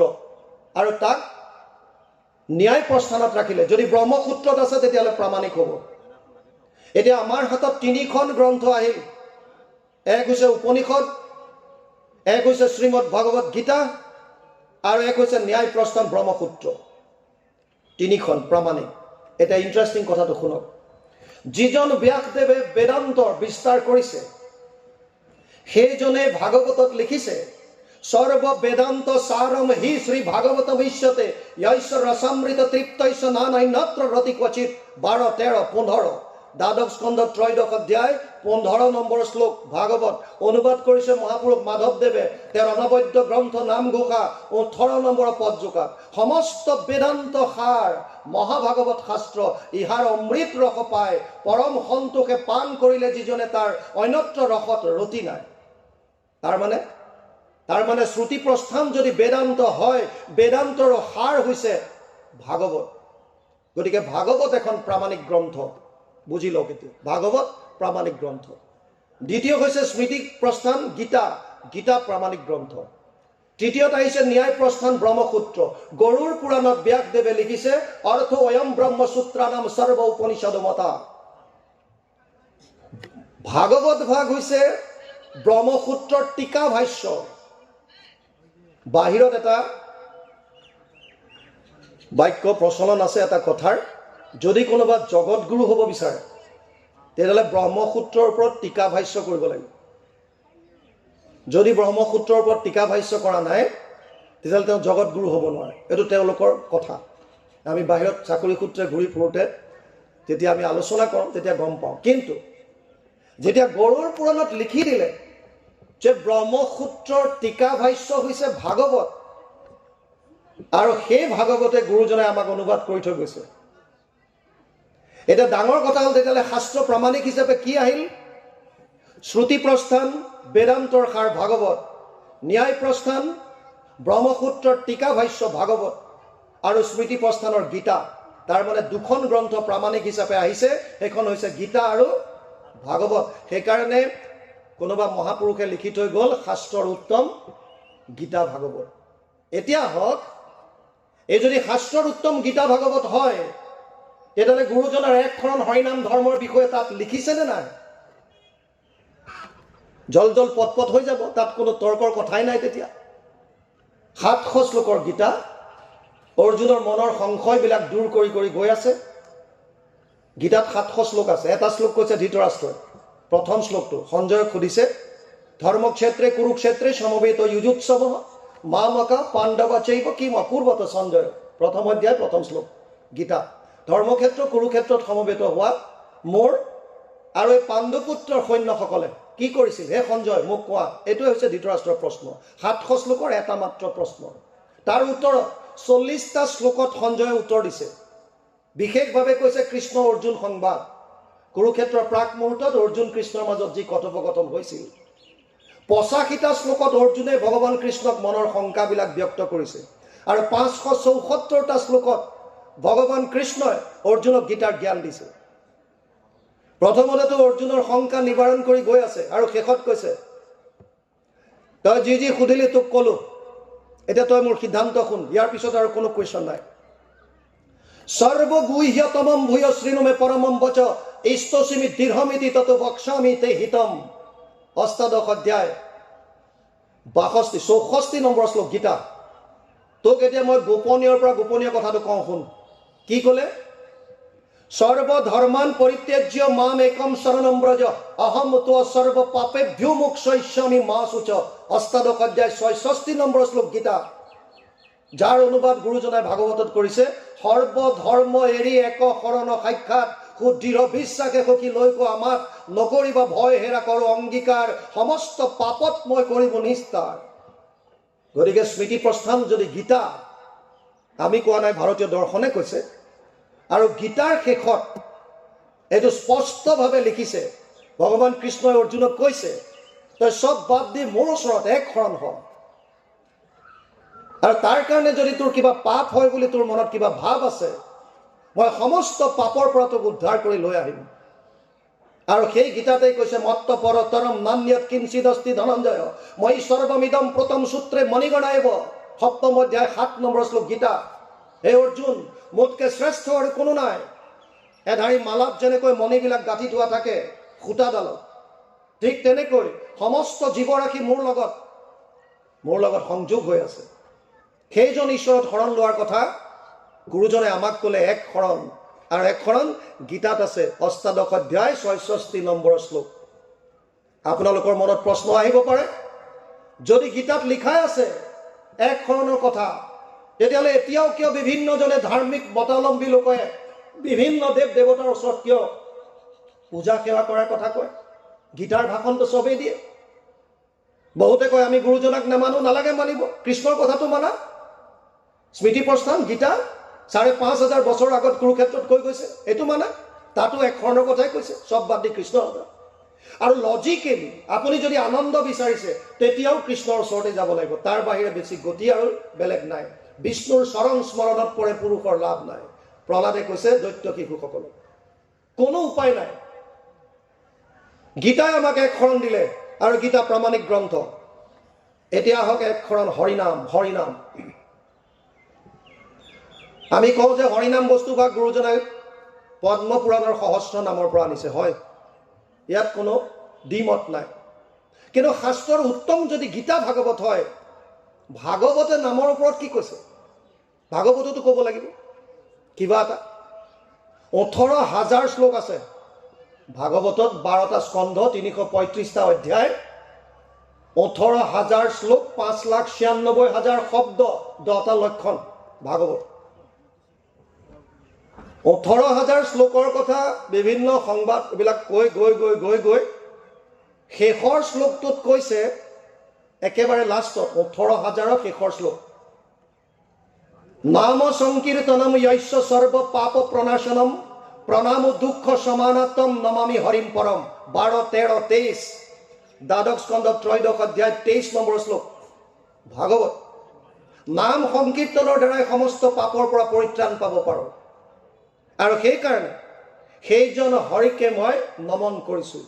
তাৰমানে যিকোনো শাস্ত্ৰৰ গ্ৰন্থ লিখা, ভাষণ দিয়া, শাস্ত্ৰ লিখা, ইয়াৰ এটা টেকনিক আছে। প্ৰথম অৱস্থাত আপুনি কি ক'ব এই কথাখিনি সুন্দৰভাৱে ক'ব লাগে। মাজত আপুনি কি ক'ব বিচাৰিছে সেইখিনি ক'ব লাগে। আৰু শেষত আপুনি যি ক'লে সেইখিনি থুলমূলকৈ সাৰাংশটো তাত দিব লাগে। এইটো হৈছে গ্ৰন্থৰ এটা বহুত জানিবলগীয়া কথা। ভাষণৰো একেই। ভাগৱতৰ শেষত নামক গুৰুত্ব দিলে, গীতাৰ শেষত এক শৰণত গুৰুত্ব দিছে। আমিও হোষ্টেলত থাকোঁতে যেতিয়া ঘৰলৈ চিঠি লিখিছিলোঁ, প্ৰথমতে লিখোঁ মৰমৰ মা, মৰমৰ বাইদেউ, মৰম লবি, গাঁৱত ভালনে, অমুক তমুক কিবা কিবি। আৰু শেষৰ পেৰাগ্ৰাফটোত খালি লিখোঁ যে পইচাকেইটা সোনকালে পঠাই দিম। এইটো মূল বস্তুটো তাত হাইলাইট কৰি দিয়া বিষয়। কাৰণ আগতে জিপে নাই, হয়তো মনি অৰ্ডাৰ পঠাব লাগিব, নহ'লে কোনোবা আহিলে পঠাব লাগিব। যি কি নহওক, যদি আমি বুকু ফিন্দাই ক'ব পাৰোঁ আমি সেইজন গুৰুজনাই দিয়া এক শৰণ হৰিনাম ধৰ্মৰ তলত আছোঁ, যিটো এক শৰণ হৰিনাম ধৰ্ম সনাতন ধৰ্মৰ তৃতীয় প্ৰস্থান, 3টা প্ৰস্থানৰ ভিতৰত প্ৰমাণিত হৈ আছে। আৰু শাস্ত্ৰৰ উত্তম গীতা ভাগৱতে আমাক দি গৈছে। গতিকে আধ্যাত্মিক উত্তৰণৰ কাৰণে আমি এই ভাগৱত ভাগ আশ্ৰয় কৰি গুৰুজনাই দিয়া আমাক কীৰ্তন, দশম, ঘোষা, ৰত্নাৱলী অধ্যয়ন কৰি আমি সৰুৰে পৰা নিজক এনেকুৱাকৈ তৈয়াৰ কৰি ল'ব লাগিব যাতে জীৱনত কোনো ধৰণৰ সংঘাত আহিলেও বিচলিত নহয়। আমি সেই পৰম ব্ৰহ্ম ভগৱান কৃষ্ণক হৃদয়ত, এই আনন্দস্বৰূপ কৃষ্ণক হৃদয়ত এনেকুৱাকৈ ধাৰণ কৰি ৰাখিম যে সৰু সুৰা সংঘাতে বা ডাঙৰ ডাঙৰ ধুমুহা আহিলেও আমাক যাতে আমাৰ পথৰ পৰা বিচলিত কৰিব নোৱাৰে। আৰু যেতিয়া মানসিকভাৱে আমি সুস্থ হ'ম, ভাৱৰ যেতিয়া শুদ্ধতা আহিব, তেতিয়া এখন সমাজ নিজে নিজে উত্তৰণ ঘটিব। সমাজক আৰু বেলেগে উত্তৰণ কৰাব নালাগে। এখন সুন্দৰ সমাজ গঢ়িবৰ কাৰণে এটা সুন্দৰ মনৰ প্ৰয়োজন। সদৌ শেষত বাপ বান্ধৱ আই মাতৃ সমস্ত, আপোনালোকৰ হয়তো বহু দেৰি হৈছে, তাৰ পাছতো বিশিষ্ট ব্যক্তি বহু আছে। আমিও বিশ্বনাথ চাৰিআলি যাব লাগিব। আমি অকল যে ভাষণে দি থাকোঁ তেনেকুৱা নহয়, খেতি পথাৰতো লাগো।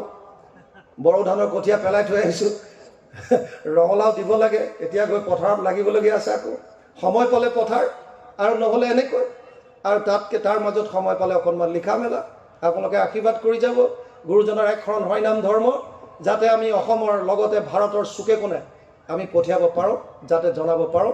এই ক্ষেত্ৰত আপোনালোকক জনাই থওঁ, অসম ৰাষ্ট্ৰভাষা প্ৰচাৰ সমিতি এটা বৰ ডাঙৰ তেওঁলোকে এটা পদক্ষেপ লৈছে। শংকৰদেৱ বাক্যমৃত ভাগ হিন্দীলৈ অনুবাদ কৰাৰ। আৰু ৰাষ্ট্ৰভাষা প্ৰচাৰ সমিতিৰ মন্ত্ৰী ডক্টৰ ক্ষীৰোদ কুমাৰ শইকীয়াই মাজতে আমাক ফোন কৰিছিল আৰু কৈছিল যে শইকীয়া বাপ, আপুনি আমাক যদি সহায় অকণ কৰে তেতিয়াহ'লে আমি এই ক্ষেত্ৰত আগবাঢ়িব পাৰোঁ। বোলো কেনেকুৱা, যে আপুনি অকণমান অনুবাদ কৰি দিয়ক।